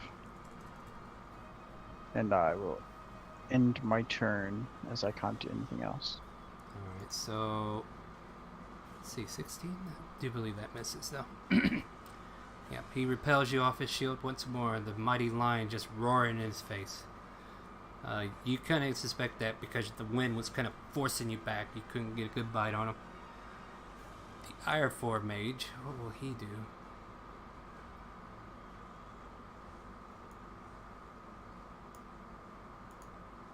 Well, first thing he'll do is take one step back to get out of the wind wall. So, let's see here.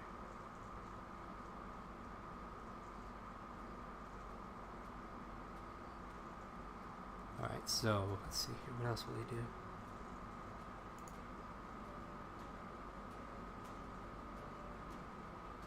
How many people to the bottom of the round?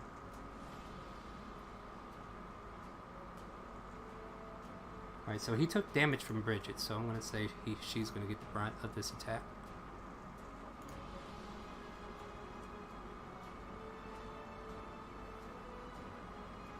As a bonus action, he'll cast Spiritual Weapon. Oh, and obviously that is. Yeah. You take 8 points of damage, and I'll see if I can't throw something up there to be a spiritual weapon.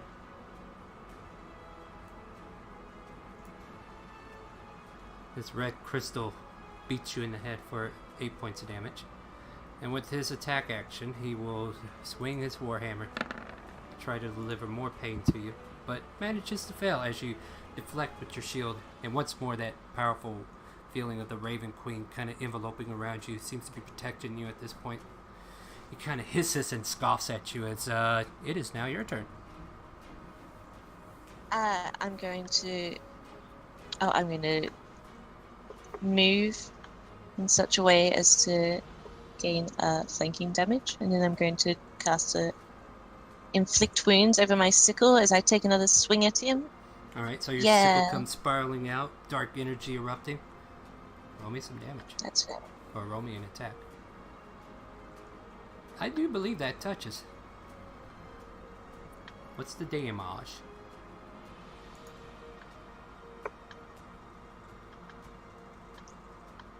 It's... Click the inflict Hold wounds. on. I'm like clicking it, but it's not like going. Oh, you gotta pick which level. It probably popped up somewhere. Oh, that's right. God, I'm so stupid. There we go. Holy smoke, really? What level was it? Level 1. Ouch. I think you helped me with an idea what I was going to do for Ninny next round. Alright, so is that all your move? Yes. Gideon, what would you like to do? Oh, it seemed to work well last time, and 1, 2, 3, 5 will put me there. Darting underneath his legs. Are you on top of the benches or under them? I guess I'd be sitting on top of the bench. So you slide underneath the bench and then you jump back up. And like, surprise! Go ahead and do an attack.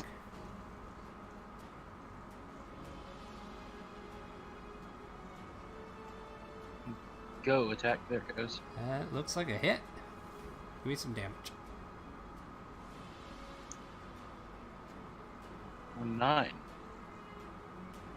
Alright. He's looking pretty bad. Anything else on your turn? No, that's all I got for now. Alright, so this halfling comes screeching across the stage, slides under the guy's foot, comes out the other side of the benches, jumps on top, drops the hammer down, BAM! Deals some damage. He kind of staggers back, his shield kind of erupting in his arm. And he's like, oh, that... Hello? He kind of notices 2 of his friends are down. Bar, what would you like to do? Well, I can clearly see it's the last one left from my vantage point. And I'm going to try to shoot him in the head and put an end to all this.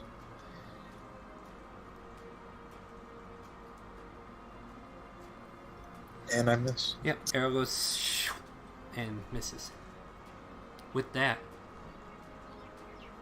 Ninny, she comes standing over here by Arya. She looks down at the corpse, or what she still assumes is a corpse, and then she just points.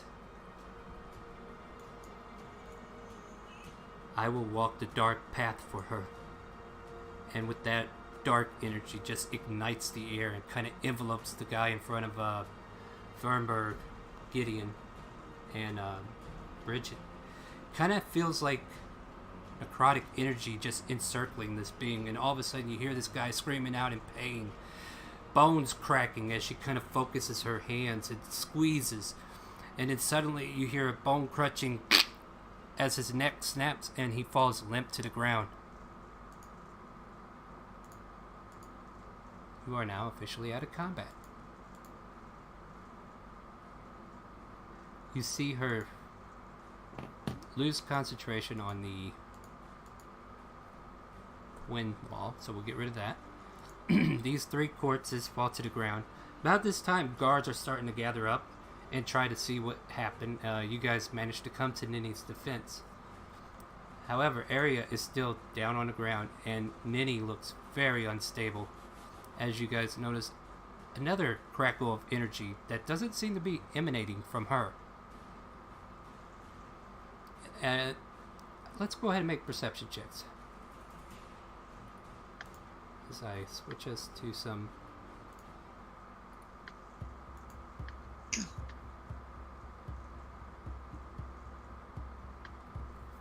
Fernberg, Marcus, Bridget. You notice this crackling black energy grasping behind Ninny, and all of a sudden there's like 2 whip-like energy that just kind of envelopes her and then just kind of pulls her back, and then you just hear her cry out, and then the seal of this black portal just kind of crushes over, and the atmosphere of her energy being overwhelming fades. The air lightens up as she disappears from sight.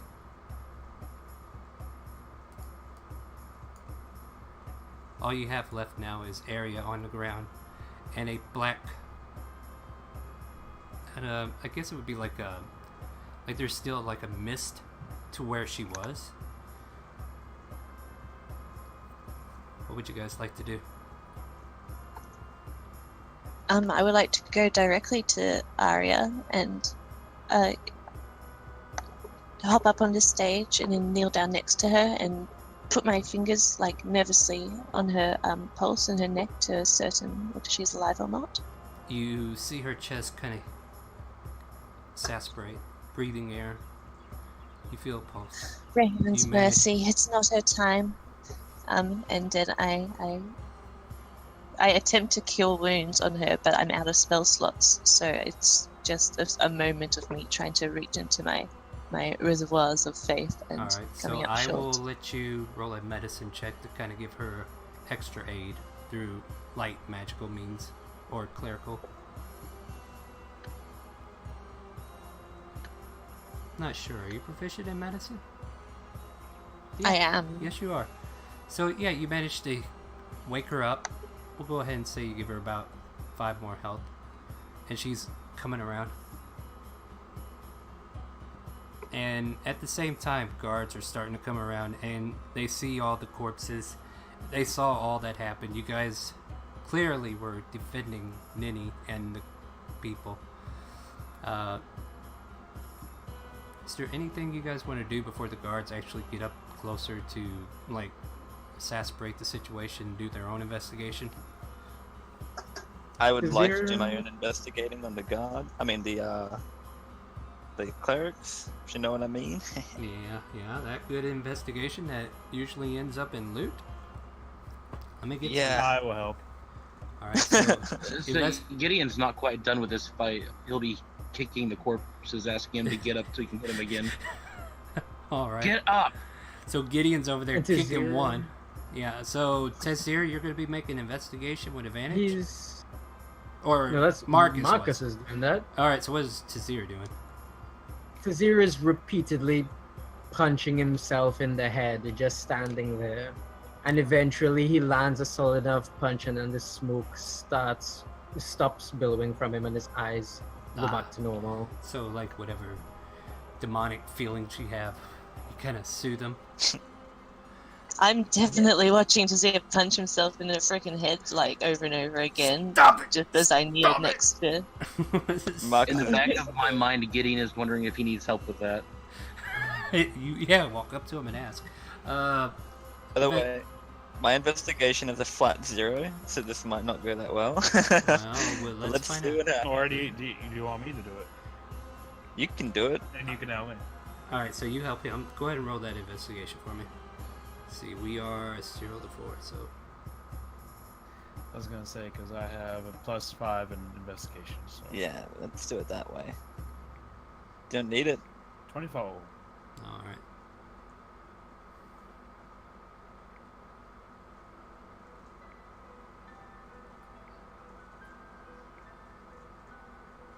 Alright. You find on them. Let's see here. There's 3 of them. Let's see. Just real quick, I am carefully getting out of the tree. Oh, yeah. Let's, I'll let you roll acrobatics if you want to get out.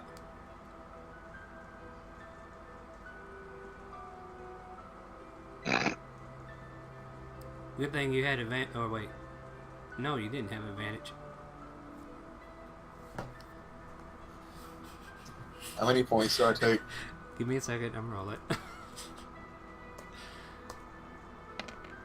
Am I gonna either see or hear him fall out of this all of a tree? sudden you hear Bar just kind of trip out of a branch and land on the floor, and he takes 8 points of damage as he falls face first. And he kind of dusts himself off and gets up. I meant to do that kind of look on his face. Bar, stay out of tree. Alright, let's see here.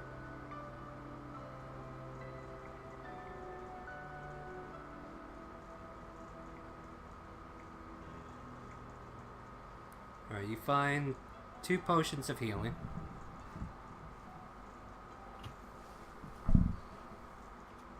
On all 3 of them, you find about 40 gold pieces.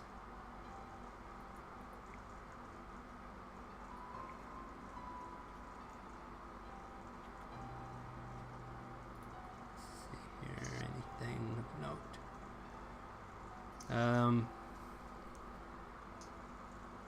One of the warhammers that they're carrying looks more elegant than the others.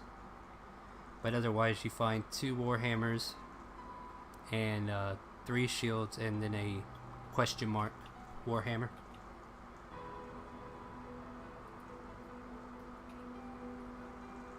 Okay. Let's see. I'm gonna just show the Warhammer to Ashley or Bridget. The mystery one. Yes, to see if she can if there's anything religious about it at all. When he brings it up to me, I take a look at it and try and find out what I know. I'll let you roll. You don't have Arcana by chance, do you? Oh, like Arcana? I don't have Arcana. You probably won't be able to. Take a look at it. Whoever has Arcana can take a look at it.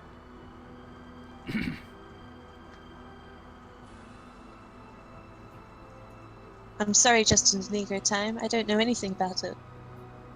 It's fine. Let me see. Unless you have the identify spell, yeah, just roll me an Arcana.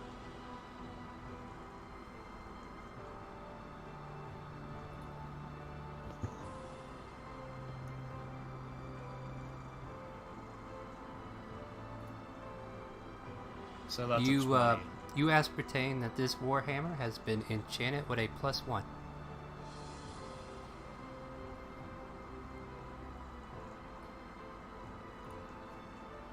So basically, it's just a +1 warhammer. I'm going to phase out of my lion form and start looting the dude that's dead in front of me and Gideon. Does he have anything on him? Well, basically, all 3 of these is basically what we rolled on. This was your investigation, right? You helmed it? Yeah, that's Me. my investigation. Well, okay, so basically what you found was the goat I mentioned earlier. Whoever wrote it down better have it written down because I don't have it. It was I did. 46. There you go. And then on 2 top of potions that, of healing. yeah, you found 2 potions of healing. You found Got that. 3 shields, just regular shields, with the encrusting mark of Ironforge on it. And next week I Is it plan. the holy symbol? Yeah, pretty much their holy symbol. And next week I'm going to try to draw out the symbols for all the gods, because I think that might be a thing I want to try to get involved with. So give me a week on that. I'll show you what it looks like. For the most part, it looks like an eye in a way, kind of slanted at both angles. Like the top part of a triangle comes in for one part of the eye, and then the bottom part of the eye, but it's kind of like flaming in a way, just to represent that it's Ironforge.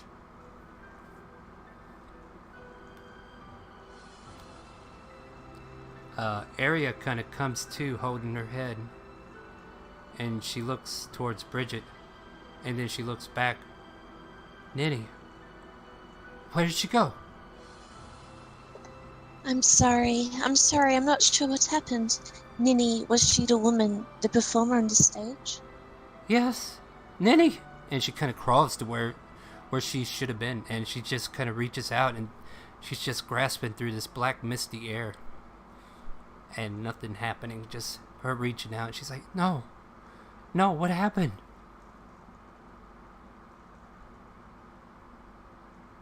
Guards start to kind of circle around, and one guard in particular kind of takes point to just try to ask you guys questions. And let's see, who wants to be the speaker, so to speak, for the party? He'll come around and ask, who's the speaker of this party who helped defend the town? I could speak. You? The bull mask guy? Can I run over to Gideon? You can do whatever you want.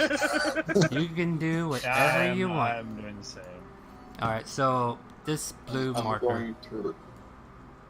Alright, so who okay, we know what happened, and we saw you guys act in self-defense to try to help ease this crowd. So tell us exactly what you saw at the beginning, because we didn't catch everything, but we saw that these guys were trying to attack the stage.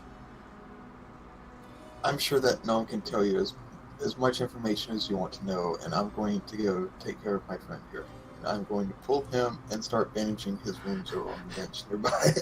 There So- are no wounds on me. I am obviously fighting this. I want a contested strength check. So he's not being very cooperative. So go ahead and roll me strength checks, you two. Athletics. Oh god. Seeing that going on, Yeah. Zero approach the guy and be like, Yeah, I can Gideon. talk to you." Yeah, Gideon pushes away from you and is able to keep you from doing your job, and you're just looking like an idiot trying to get over here, and just waving these bandages in the air. I'm So- not hurt.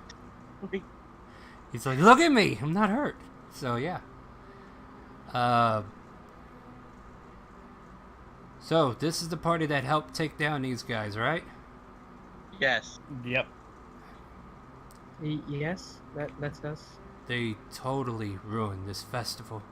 And then, did they kill anybody? Did anybody die? Oh, someone's Arya. Is it the missing drow now? guy over there dead? I want to talk in an undertone to Arya and I say, excuse me, young maiden, can you talk on our behalf, explain a little of what happened from your perspective?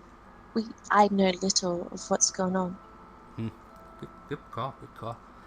Arya kind of stares at you for a second, and then she kind of pulls herself off the stage, and she kind of slumps her way towards this direction to kind of express, she's in a lot of pain. Even though you got her up, basically what you did, she's currently suffering from a raised dead effect since Revivify was cast within the allotted time.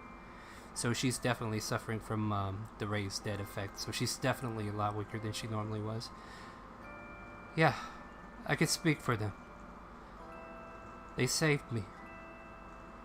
But these 3 came out of the tree line. I saw a bright light, and the only thing I could do was block them from attacking Ninny. And she kind of turns back to the stage. What did they do to her? What happened? That's something I don't know. I took the attack. And she kind of cracks. She was a powerful sorceress or wizard or some variety of magic user. She simply vanished after the fight was done. I believe she thought you were dead. Nanny. No. It's kind of fuzzy what happened at the end, but I think I heard her say something about walking a dark path because she thought you were more hurt than you really were. Her eyes kind of grow big and wide at that. No. She preaches never to walk that path. Why would she do that? For me, why? No. The guard, Can I care for you like Bar care for me? she kind of looks roller? up. Oh, go ahead. What do you want to do, Bridget? No. I just wanted to like roll a religion check to find out about what these guys are like dealing with. Absolutely, go maybe. right ahead. Based on the party's previous encounter and your knowledge in religion, Ironforge has a home in Citadel. In the Citadel Kingdom, it's like shunned to cast magic, to be a mage, to be a wizard, to be, anyone who shows any arcane magic. Divinity magic is not looked at in a way like that. So people who follow the faith of Ironforge get blessed with his blessings, and intact kind of get power in that direction. Like, that's how they obtain magic in a different perspective. Worshipping Ironforges gives them power of fire in most of their attacks. Apparently it offered resistance to fire damage, as you were noticing in the fight. Is there anything else you're trying to get specifically? What she might have meant by walking a dark path as well. Something specific to if Nah. Nini wasn't following a religion, so I understand that it would be related to that. In relation to Kazia and Alright. the paths that she walks, as she claims, it's not very well known, but I'll let you roll a knowledge check and see if I can go in any deeper, because none of you are from Parinthia, so you would probably not be aware of what goes on in that region unless you caught wind of it from a passerby who might have been from there. Knowledge would be flat intelligence or history. It should be knowledge or history. Yeah, go ahead and roll history. Should be knowledge there, right? Well, you don't have a clue. No clue whatsoever. So yeah, just trying to recall back. It's vague. It's like you're not even sure what she is even considered. Like, she's not like any kind of class of adventure that you've ever seen. She may have very well been more of a higher being. And with your religion check, something comes to mind. Matter of fact, a few things are happening right now that I should probably go over. Let's see here.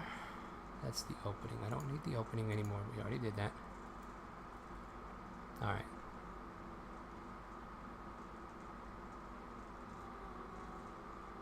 Marcus, you hear your patron say, "Balance restored as she falls to the abyss. Her power too strong for this realm. The accord is honored." I see.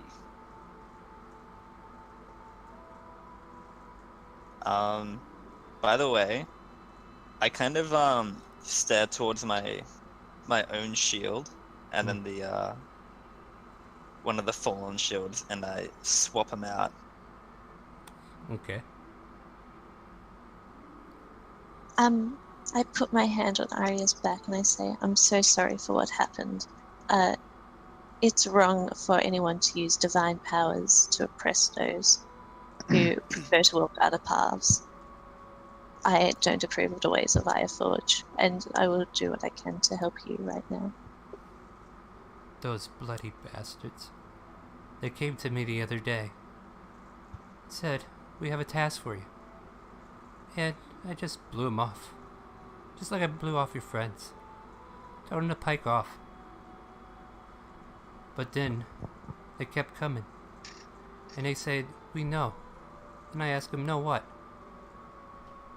We know Nitty can't see you. Not the futures that you hold. I'm like, so what? You're the only one who could do it. And I told him, no, I'm not doing it. And them bloody bastards, they tried to attack her.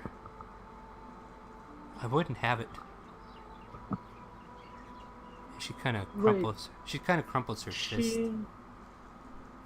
She couldn't see your future either? She's a seer. She can't see the futures of those who are close to her.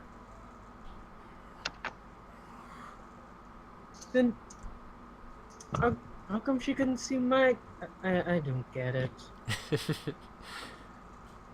Maybe there's something about you that she can't suss out. She was able to see your past and present, right? Yeah? Maybe your future is still vague to her.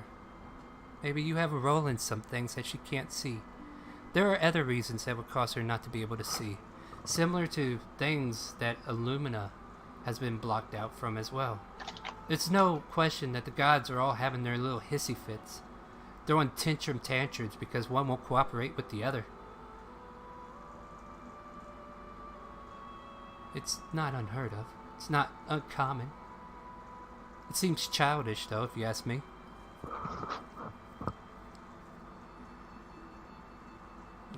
As you're looking around... Oh, go ahead. I'll let you... No, that was embarrassing. You go on. Okay, I was just gonna bring up that the festival kind of seems to have broken off. Like, a lot of people are being escorted away. There were some injuries that were had from the panic attack of trying to leave the fairgrounds, so there's still, like, random clergy that are coming out, casting cure wounds and whatnot. Everybody's kind of escorted away. Let's see here.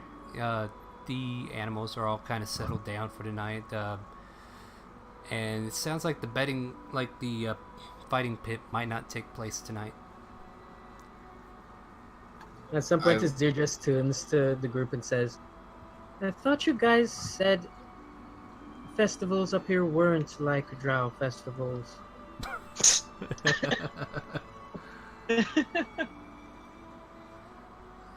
Jefferson comes out of the shadows. Does that involve intrigue and betrayal? Because I remember those festivals. So she's just like, ah! Yeah, and runs behind Marcos. Sorry to sneak up on you. I was just checking out to see what happened. Tough break, huh?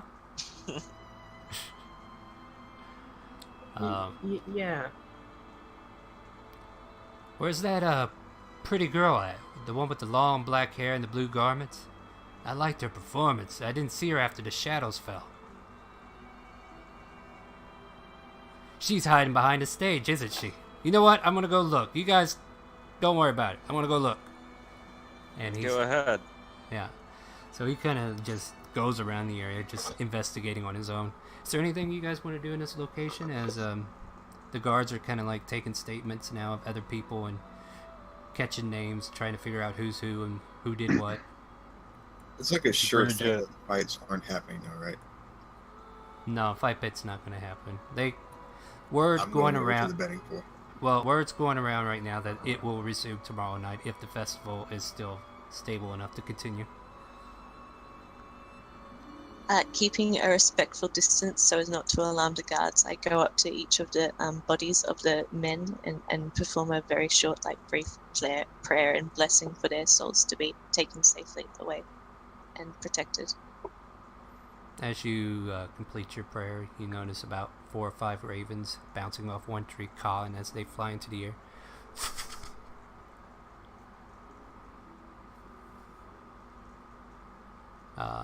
Anything else happening? And what do you guys want to do?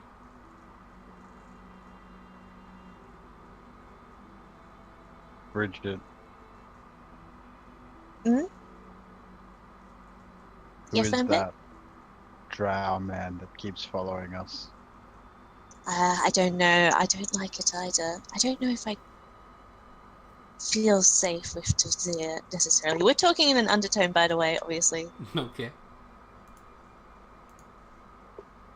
The man The way is that he uses the magic that he uses, I don't know if he's necessarily. He seems to be in things that are over his head. uncomfortable to be around. I don't know if I go that far. I find him quite nice otherwise. Mm, There's Or I'm as a in not it's really a- enjoying this sort of uh, baggage unwrapping constantly with this group, Bridget. We'd find out with whoever we were traveling with.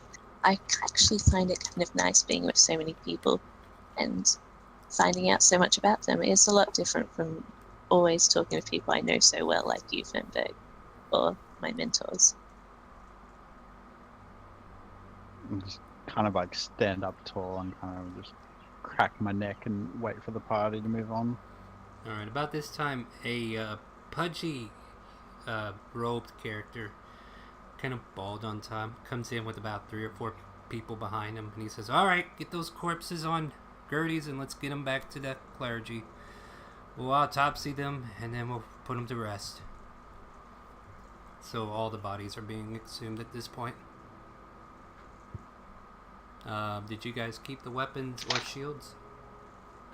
I took the +1 Warhammer. Is that the only thing you took? Yep. I took a shield. Okay, so, alright. Is So that I all we already took? have A regular shield and the Warhammer +1 was taken. So all the other items will be pulled away unless you do something about it. And they will... Were they As wearing far as the armor? potions and the gold, I have them. Alright. I'm sorry, what was that on the other end? Tazir, was that you? Oh, I was just asking, like, if they were wearing armor. They were. They're in plate mail. Trying to get it off them would take too long, so they would definitely notice. Oh, okay. So they come to exhume the bodies.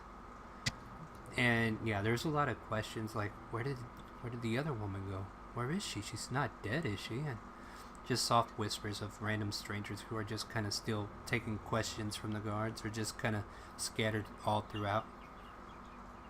It's getting close to like 7ish in the evening, and festivities at the fairground seems to have come to a close. So from here, what would your party like to do? Seeing as the guys are not getting up for me to fight again, I'm just gonna kind of mill about. Alright. Anything you want to explore or do? Yes, but it's a bad idea. It's So I'm willing to always hold a off bad for now. It's always a bad idea. Go for it though. Bad ideals are some of the funnest things. I'll hold off for now. Alright. Well, I need to know what the party wants to do. Are we going to hang out here, or go back into town, maybe get some healing? Or maybe gonna escort Area to follow safety, Marcus. or... Aria's here pretty injured still, so if you guys wanted to take her to your care, she'd probably follow you. It'd be a I'm good gonna give idea. her one of the potions for her Yeah, to that. have. She kind of says, "No, I'll feel better after I get some rest. Just hold on to it. You might need it more than me." You can share my room. She kind of stares down at your garments and then stares back at your bull face, and she's like, "Nah, no." We Yeah, can You take a room take together. my room. What's your name? I'm sorry. I'm known as Aria, and I think I have to thank you for helping me. What about you? My name is Bridget. I'm from Duskcrest, a few yonder away. Um, Well, I'd like it if I knew that you were safe before we sent you off. What would be best for you right now? I can go back to the inn. I mean, that's what I'm planning to do. It's been a long day. Absolutely. If you want to bunk up, we can bunk up. That sounds really nice. Gideon's gonna look What sad at time this, of day is it? having offered the room already. I- And she kind of flares at you. She's like, no. Sorry, no. I give Fernberg a big grin because I've made a friend. DM, I snort what time like of day this. is it, by the way? It's about 7 in the evening. It's starting to get later, so you guys need to kind of mosey on out as the guards are kind of escorting you to go ahead and leave the grounds to them to investigate further. Yeah, I think we should head back to the inn. Jefferson comes out from behind the stage. She's nowhere to bloody be seen. Is she a fucking magician? That is one hell of a trick. He kind of dusts his hands off as he walks back towards the group of you. Wow, that's some nasty business that happened tonight. But if you guys ever need coin, ever looking for some work, just come on over by the brewery. Maybe try a few brews if you like. Could do some warriors of your nature to go exploring, if you get my drift. But I'll leave that to you. There's already enough shit hitting the ceiling. And he kind of walks off from you guys so you can do whatever you want.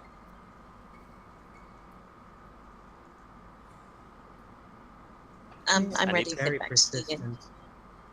Alright, I need to find a wall. If you want to find a wall, it'll probably be best to go back to town and start working your way towards the inn. Yeah, let's do that. Alright. So, walking back.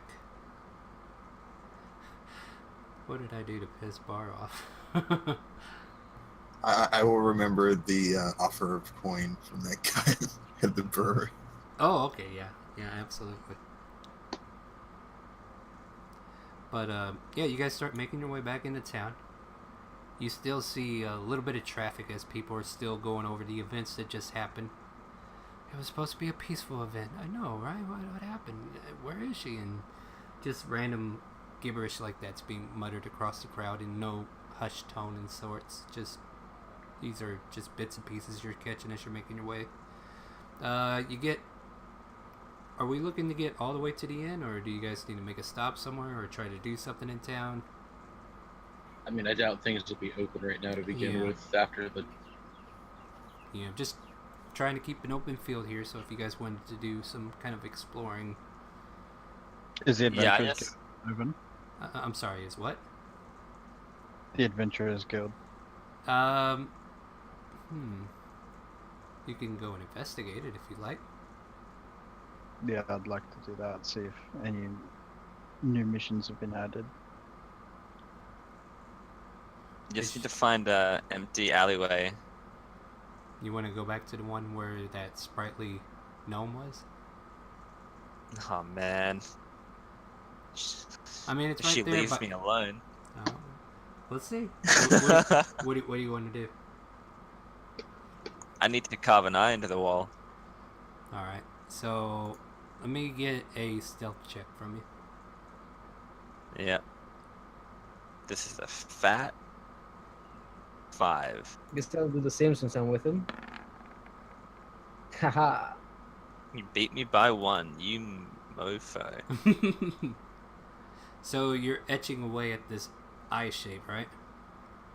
Yeah. I would say you're probably doing it on the other side of the building. And all of a sudden, you hear the back door open. And this sprightly looking gnome comes walking out and turns a corner. It's like, what you doing? You back in my alley again? You two?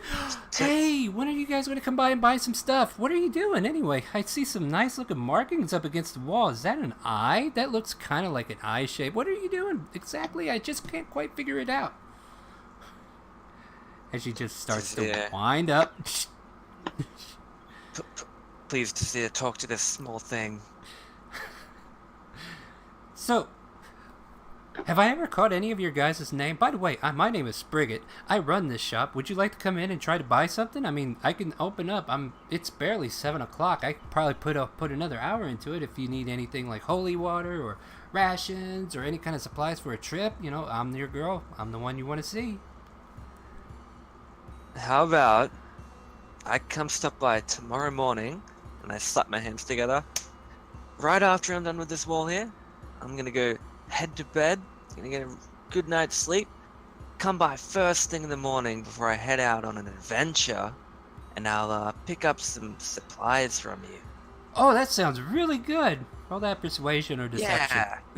Let me see a persuasion or deception from you, whatever you want to use.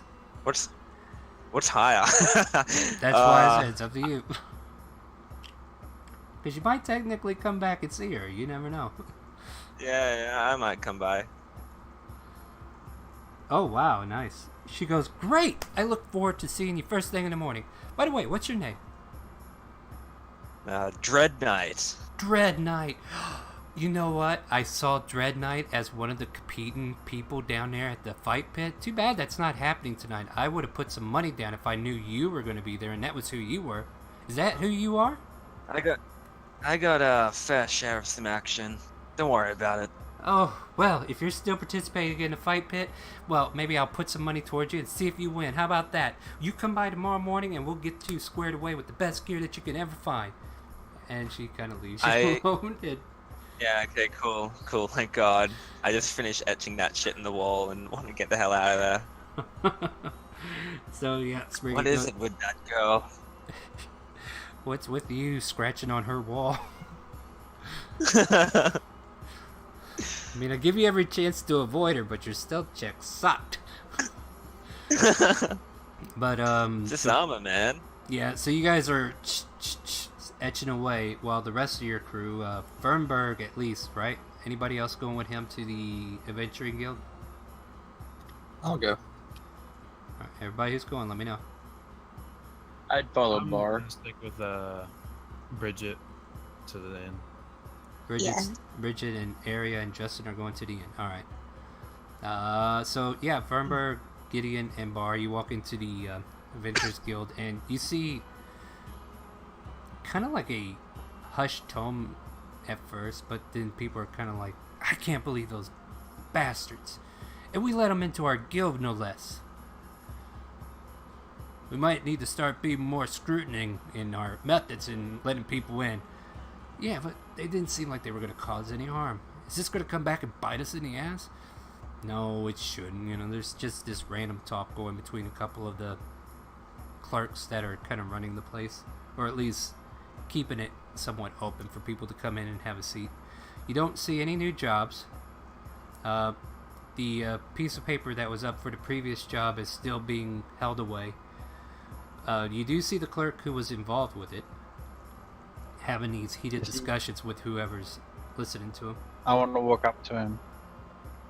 And on top of that, yes. I'm not doing a good job of running your business, are you? Well, it's not my business. I'm just the clerk. Yeah. You're really impressive. Wait a minute. I'm you glad guys, that you're associated. were you the guys who helped out? Like, we've been hearing rumors that some people helped out at the stage. Why Sure, are you dude. planning to reward us? No, but I might be able to make sure something good comes your way if I know that that was you guys. Isn't that a reward? It's more like I'll make sure good work comes your way will be the reward. How about that? Look, So you're going to give us work now? he pulls out that slip of paper he had. He says, look, it's not official yet, but if you want to get started on it, go ahead and do it at your leisure. There's still stuff to do in town. I'm not going to stop you from doing it. You can pick whichever way you want to go. But there was a cave that was found, leading deep. We explored it to a point, and we stopped. It went further than we expected. We think it might be an entrance into the Underdark. So are you talking about several hours, or are you talking about a several day trip into this cavern? It could be whatever it is. I don't know how long it can be. How long did your group spend in this? They spent maybe an hour until they've realized that this cavern just kept going and going. You can trek out perhaps a day or two. If that happens, come back, let us know what's down there, what to look out for, what kind of creatures are lurking, if there are any dangers that we need to be aware of. I can't give you the official pricing on it, but knowing that you guys are doing the work of good for the city and helping protect those who cannot protect themselves, you know, a whole goody two shoe thing, I guess you could say. Don't get me wrong. I'm not against goody no, two no, shoes. no. Listen. I'm not doing that. It's just, you've been around all these paladin-like characters, people who are always Look, out for I'm gonna the- stop you right now. Well- I'm gonna stop you. I don't care. Well, good. You're And if you don't care, Just give me the mission. I don't want the backstory of your life. well, It's that's- irrelevant. Very well. Here you go. Thank you. I'm gonna walk out now with it and leave Bar and Gideon to do whatever they want with him. All right. On there it just says, or he'll just tell you before you head out. It's like, look, if you come back within a week after going in, like try to make it back within a week with all the information and findings you find. Maybe even keep an eye out for minerals or deposits, anything that can be mined out of there, or if it just leads into an underdark city that could be dangerous. Those are the kind of things we're looking out for.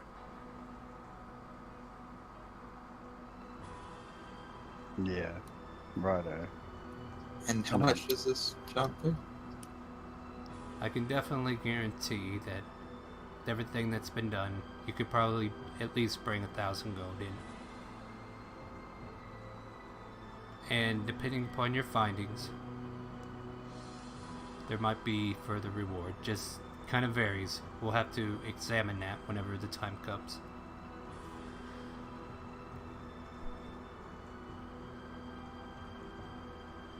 As I leave the guild, I'm going to make my way to wherever Bridget is. Alright, turning gears, Bridget, Area, and Justin, you walk into the tavern. You notice several people bustling into this region, like everybody coming in from the festival, just trying to get a drink, trying to unload, unwind. They're busy, they're packed. Believe everybody had a room previously, correct? Yep. Mm-hmm. Area will pull out a key, and she turns to Bridget. I need to go to a room. It wasn't mine, but I was holding on to her key. I'll go gather some things, and then I'll bunk with you and give this key back. Oh, that's cool. I was probably bunking with Fernberg. He was the other dwarf, but he's fine. He's really nice. Okay. I don't mind, just don't think I'll be comfortable with the halflings, per se. That's fine. We have more of a professionally based relationship with them. I see. Well, I'll look out for you. don't make me share with Gideon what. Alright, so, yeah, she'll go off to a room, gather up like a bag of sorts that seems to be her basic belongings. And, let's see. She has a silken black band wrapped around her hands as she clenches it tightly towards her chest. I take note of that, but she's been through a lot of for today, so I'm not going to push her or anything. Okay, and then she'll just kind of rest wherever you tell her to. Well, Fernberg, what would our room setup be like? I would argue that we would be very, very clean and like definitely different beds. Maybe I sleep on the floor. I could see Fernberg really digging having a mat on the ground. Sleep on All right. the ground. I give Arya the bed that I had been sleeping in, and I get a mat for the ground as well. I also hang incense up above the window, which I always have open, and so I light some more incense for the evening. All right. She'll. So you offer the bed to her. She'll kind of rustle into it, and she kind of turns her back away from you, just kind of staring at the wall, and then just kind of holding that black silk up to her face and just kind of holding her head into it. If you want to make a perception check as she rests. Yeah, I do. All right.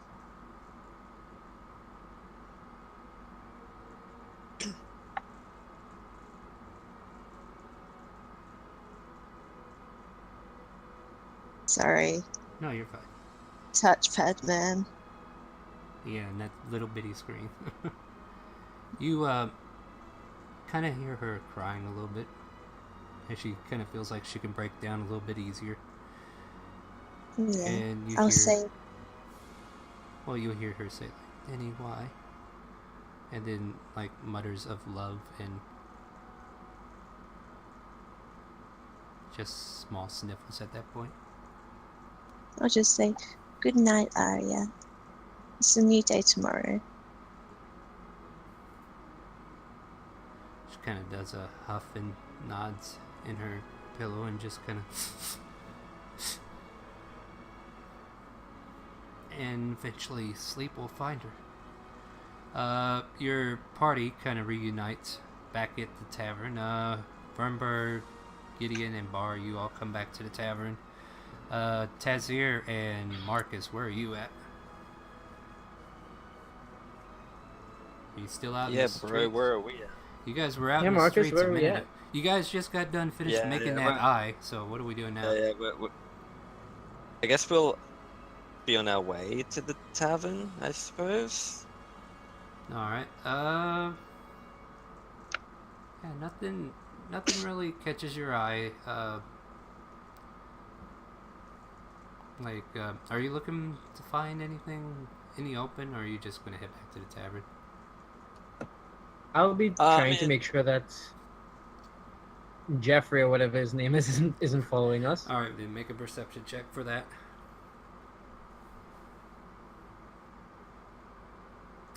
As you're kind of passing the Adventurers Guild heading to the tavern, you just notice Jefferson. He's actually out in front of the brewery, and the brewery is located right across the street from the tavern, so it's not hard to miss him. Kind of notices you guys kind of walking towards the tavern, and he just kind of does like a head shrug towards you, like acknowledge that you're there, and then he just kind of walks in with the people who he was talking to kind of go over business with. Okay. How do you feel about that other drow fellow, Tazir?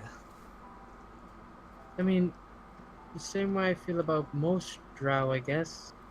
I don't know if we can trust him. Should I be half hurt? Should I hurt myself? Wait, what? Never mind. And you guys manage to make your way into the tavern. At this point, who wants to be where? I mean, it's pretty much your night now. You can do as you please. I'm going to sit in the main room and wait for everyone else to go to bed. We're going to do some map hopping here, guys, so let me bounce us around a little bit. I'm going to put us back on the main page. And just for future reference, in case it ever comes up, Tazir, when he trances, he just sits like right in front of the door, like blocking it from opening. Okay.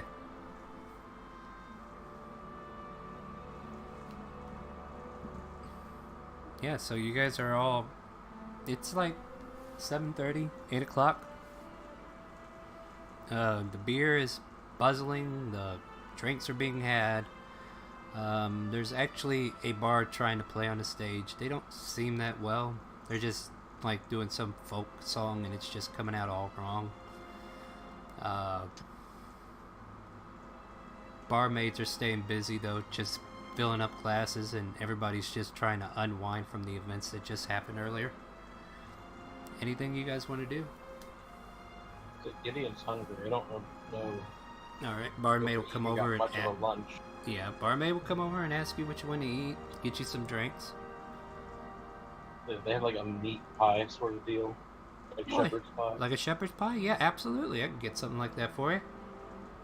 Is there anything else for you, sir? Just Nah, a meat food. shepherd pie for you. You want anything to drink? Nah, I'm just gonna eat it like a beast. All right. What about the rest? Or who's all sitting with Gideon? I mean, everybody's being quiet. What do you want to do? I'm gonna Oh. head back to my wherever I'm staying, probably with Bridget, and call it a night. Do you guys didn't want to get any food before you turned in? Marcus will join him. Marcus, That would means you- Tazir will join them too. So Marcus, I'll join. Tazir, Gideon, and Bar are sitting down here at the bar, or tavern area, common room. Your shepherd pie is delivered. Is there any special request for the rest of you guys, or do you just want some kind of just daily special, no big deal meal? Yeah, no big deal. Yeah. So the no big deal for the three of you? Yeah. Alright, and do you guys want drinks to go with that, or?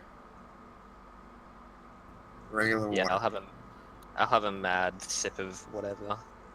Tazir will have something non-alcoholic. Water, and ale? Yeah, that sounds about right. Alright, water, ale. Meat pies, or the shepherd pies delivered. The not so significant meal is delivered. You guys get your drinks, water, ale. And the night is yours to do as you please. Unwind how you see fit. As you guys are trying to figure that out, though, let me go back to Bridget. And Fernberg walks into the room. Aria's Oh, sleeping at I was on my way out. I was just carefully locking the door behind me after Arya falls asleep, and that's when I run into Fernberg, I Oh, think. okay. Alright. So yeah, you're Fernberg and you are now out in the hallway. Hey, Fernberg. It was a long day, huh? What? What have you done? Fighting those people, that was a lot. Listen, Bridget. We've got another job. Is this too much for you? Should we pack up? Maybe head to another village or something?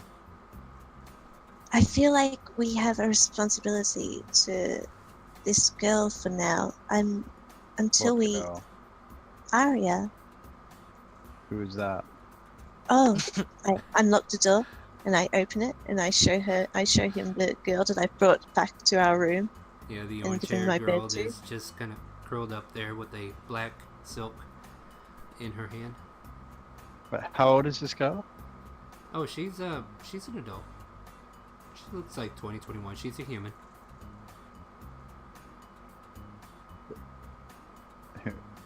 Who is this? You know who it That's was. Arya, the girl we rescued. I was about to say, it's not Yeah, they got anyone hit by a different. fireball.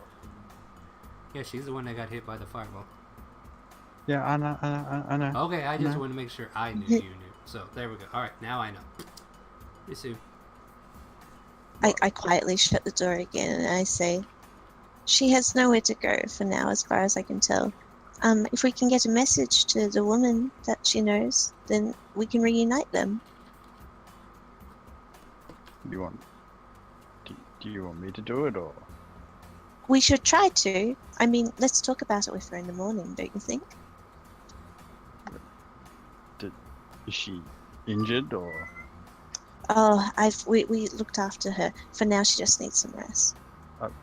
Am I going to have to share the room with her, or? Oh, yeah. Is that a problem? What?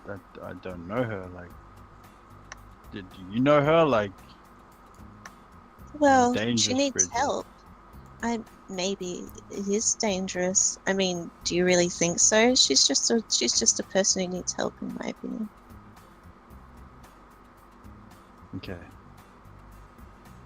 Well, I didn't. I'm gonna- Well, I'm gonna pull out the flyer that I got from that pathetic clerk dude, and I'm gonna hand it to Bridget. You Once we're oh, I was just gonna explain what's on it, but go ahead. once we're done with I guess this woman, that's next. You mentioned something around 1,000 gold. I take don't it know and what I you read it wanna with do. a big smile, and I look at Fernberg and I say, if this is what you have in mind, then that's a good idea, and I want to do it too. Okay. But for now, I'm famished. I want to go get something to eat. And so I do that. I'm gonna casually walk behind Bridget, sort of ghosting her, All right. like an infant to its Like a parent. lost child looking for his mama, staying on her podium. All right. So yeah, you guys kind of rejoin the rest of your party. You see them all having meal, having a drink. This tavern is pretty much bustling. There's only a few chairs left over by your party, so it seems like they kind of saved you a seat. Thanks, guys. I'm going to order a shepherdless pie and a water, and I'm going to dig in. Yeah, barmaid comes around. She asks you what you want. Fernberg and Bridget, you're going to have My shepherdless pie and a water. a shepherdless pie. Oh, a shepherd's pie. My mum makes like No, go ahead. I want to hear about it. it's like a lentil version of the shepherd's pie. It's really Sounds delicious. horrible. It's what I think of when I think of it, you know? I'm having a shepherd's pie though. Dwarves don't eat lentils. That would be messed up. All right, so shepherd pie, shepherdless. Sounds interesting. A shepherd's pie. A shepherd's pie. Might have to ask you about what the shepherdless pie is about. All right, so she'll get you a shepherd's pie and water, just regular water for you. Anything for you, Fernberg? Who's talking to me right now? The barmaid. She's kind of walking around getting your order since you two just joined the table. And she knows me by my name. Well, I asked you just to say who I'm talking okay, to. Okay, she didn't say anything to you directly. She just kind of comes over and is like, and what can I get for you? How much coin do we have, Bridget? Definitely enough. What? I'll have what she's having. Alrighty, I'll get that right up for you. You want ale or water? What are you insinuating? No, I'm just asking. She ordered Yeah, water, asking but for- I want to make sure everybody gets a chance to drink if they want to drink. I'm not saying anything because Drink what? You want water or ale or any alcohol beverages, or would you like sarsaparilla? Listen, I'm sorry, I gotta Scared hurry up. me. Can I get your order or what? yeah, just get me a water, thanks. That's all you had to say. Be back shortly. She walks off. About a few moments later, comes back with shepherd pie. What is your deal with beer? I mean, it's not like she's asking you to drink it. She was asking you if you wanted any. Deal with beer. Fernberg has a deal with people in general, I think. All right, so yeah, basically everybody. You know, What did you say, Shakira? it's Azir's asking, Fernberg, why are you always so confrontational? What do you mean? Yeah. What? I mean, like, it's like, no matter who you talk to, you try to, get them to fight you, I think? Is that what you do? I'm not sure. I'm not good at, reading situations. Yeah, clearly. Maybe you should leave that to Marcus. The better of Oh. the duo, I guess. Okay. Wow. He this just is- hangs his head. Oh, you guys were getting along Better so of the well. duo. Marcus didn't hit anyone. Mm. I eat my shepherd's pie, just with my eyes going back between the two of them, silently. It's not a problem, Tizia. I want to know what people mean by the words they use. Your voice is very powerful. No, won't let someone twist it. Understood. Yeah. Yeah. Just eat your food and shut up, I guess. Whoa. Just saying. Wow. So yeah, you guys now have meals, drinks of your choice. Anything you guys want to accomplish at the tavern at this point before turning in? I'm going Uh, to. Go ahead. No, go ahead, Barbara. No, please, you go. You go, Bar. I'm sitting right beside Gideon, right? Yeah. I'm going to pickpocket his gold from him. What? After, let it play. Okay, I'm not. Sleight of hand versus his perception. Okay, So you managed to. How much gold does Gideon have? I mean, After I pick his pocket, Gideon, I'm you're going quiet. to I bump can't hear you. him. I'm asking how much gold does he have to get though? Because you can have it all. In my, What so is wait, it? in my actual money pouch, I have 70. 70 gold. I then keep, various small bits of coppers and silvers in my bag of stuff. All right. So yeah, he probably been eyeballing you long enough to know where you put your gold. And with that, Okay, I'm going to bump him after I get the pouch. All right. So you got the And, pouch. Yeah, I'm going to show it to him and say, I'm going to keep this. That way you don't go spending it like crazy. So you see that he somehow got your pouch in his hand, and he tells you this. Give me pouch back. Are you sure? I didn't say the money. I just want the bag back.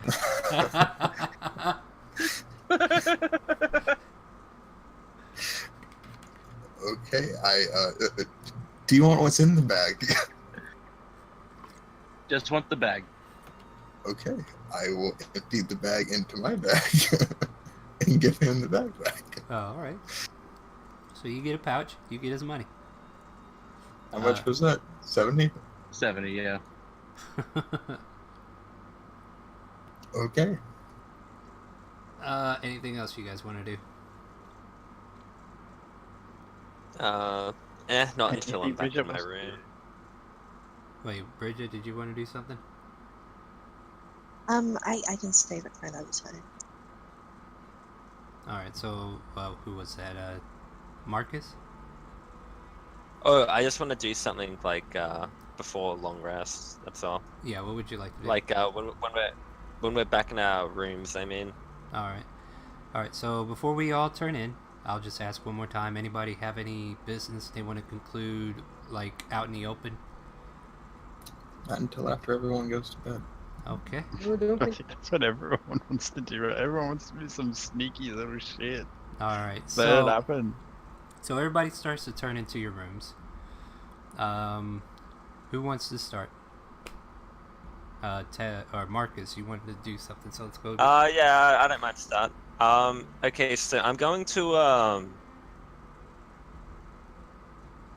like in secret, obviously, in my room. I'm gonna take my dagger and slice into my palm, Mm-hmm. and then I'm going to bleed it, like squeeze it down into the hilt of my longsword, which has a peculiar red lock. Okay. And upon my blood going into the lock kind of clicks open, freeing the longsword from the scabbard. And I'm just gonna kind of grab the handle and transfer my hex warrior onto that. And I'm going to ask my patron if he has any connection to Ironforge, and I'm kind of gonna put the rust the sword against the shield, and then like upon my long rest, if he comes to me in my dreams or not, then that'd be cool. All right. So let me get an Arcana check from you. Right, it's gonna be bad. I hope. Oh, it's Whoa. not that bad. Wow. Nice. All right. So maybe there'll be a dream. we'll get to that in just a moment. All right. Anybody else have a nightly ritual in the room they want to do, or something that needs to be done before sleep? Starting with Gideon's Bridget. going to remove his. Or Gideon, what do you want to do? So if I'm bedding down, I'm going to remove my loincloth and use it as a blindfold for sleeping. That's about it. Okay, God. Make a Constitution check. You smell horrible, Really, but the you don't care. Alright, Bridget, what did you want to do? Having already lit the incense and had the window open, I'm going to just, take my vestments off, put them in a nice place, and go to sleep. Alright. Bernberg, anything Should probably special from you? mention. I'm locking my sword up again as well after I ask that. Alright. Anything on Bernberg's side? I'm just kind of going down the list now. Nothing for me. Alright, Tazir? It's just that anyone who passes by Tazir's room and has like a keen ear would hear strange mumbling coming from it during the night. And that's Yeah, it. because you're right there by the door, right? Alright, Yeah. Justin, do you have anything you want to do before bed? Nothing in particular. Alright, and Bar. I'm going to leave the tavern Alright, where are we going? to the brewery. Alright. You notice You notice the gate is shut now? And there's a couple guys standing by the door. That's on the inside. They're kind of decked out in heavy leathers. And they got spears. Going to kind of knock on the wood right beside the gate and say in thieves' cant, I'm here for a job. Make a persuasion check.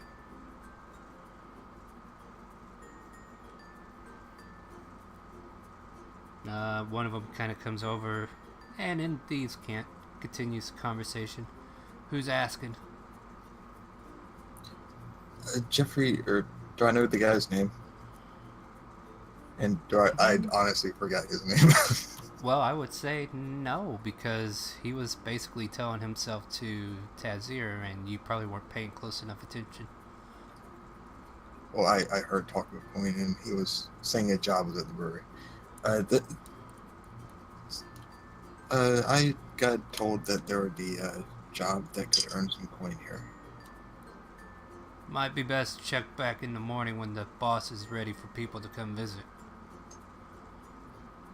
But I'm clearly here right now. I know, Can I just but come in we're for just a moment? closed. He's not available right now. Catch my drift, he's not here. Are you sure? Yes. We're just here guarding the place. And then he comes out of these cant. You need to move along. Okay, fine. I go back to the inn. I mean, it's noted that you've talked to him, so don't worry. Whatever you're trying to do has been taken note of. But they're just not going to just let you in, especially that late at night. So yeah, you turn in. Let's see here. Bridget. Let's see what I got.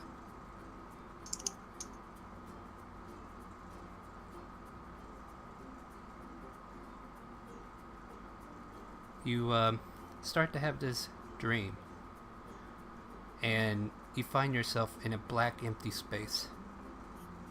This figure seems very far off, as she has like an oval mask over her face, long black hair and raven-like feathers draped around her visage, and she seems very distanced. And all of a sudden it's like boom, she's right on top of you. Her head is the same height as you, and her body seems to be enveloped in the entire space before you.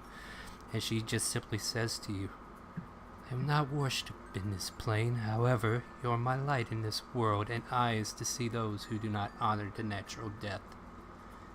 A bleed is occurring in this plane. Watch the night air for ghostly visages of ruins that exist elsewhere. It will signify the undead are nearby. And as she completes that sentence, you kind of wake up as a raven just kind of floats away from your windowsill into the night air.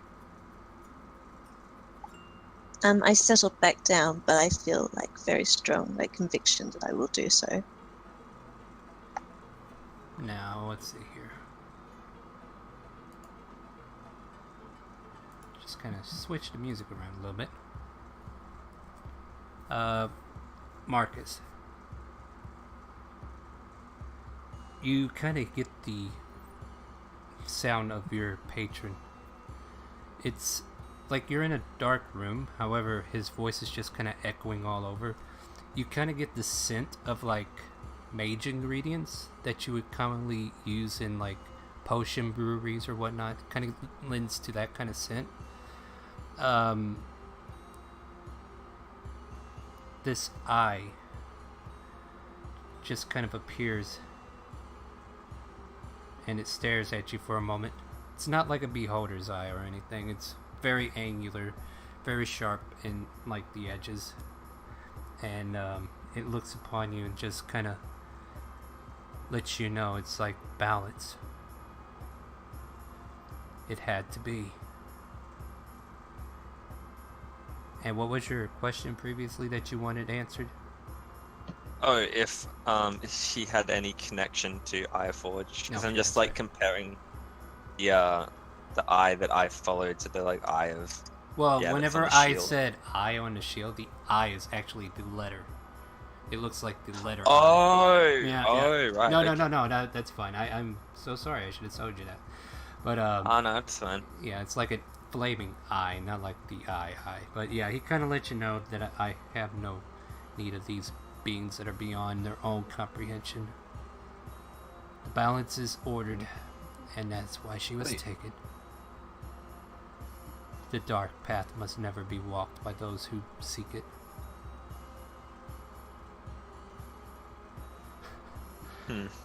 And it just kind of hints like, well, he'll ask you, do you know of the abyss? Not much aside from if you count the Underdark as an abyss. No. A separate plane where separate powers are kept is all meant to maintain the balance in this plane. She was taken because her power overexceeded this plane. And the vision kind of fades and he kind of loses interest as the incense kind of fills your nostrils and kind of overwhelms you for a moment. Like it's like a spicy garlicky scent that kind of comes to your nostrils and then all of a sudden you're awake. But you are free to go back to your rest at this point. Alright. Alright, so from this point on, guys, I would like to congratulate you in reaching level 3.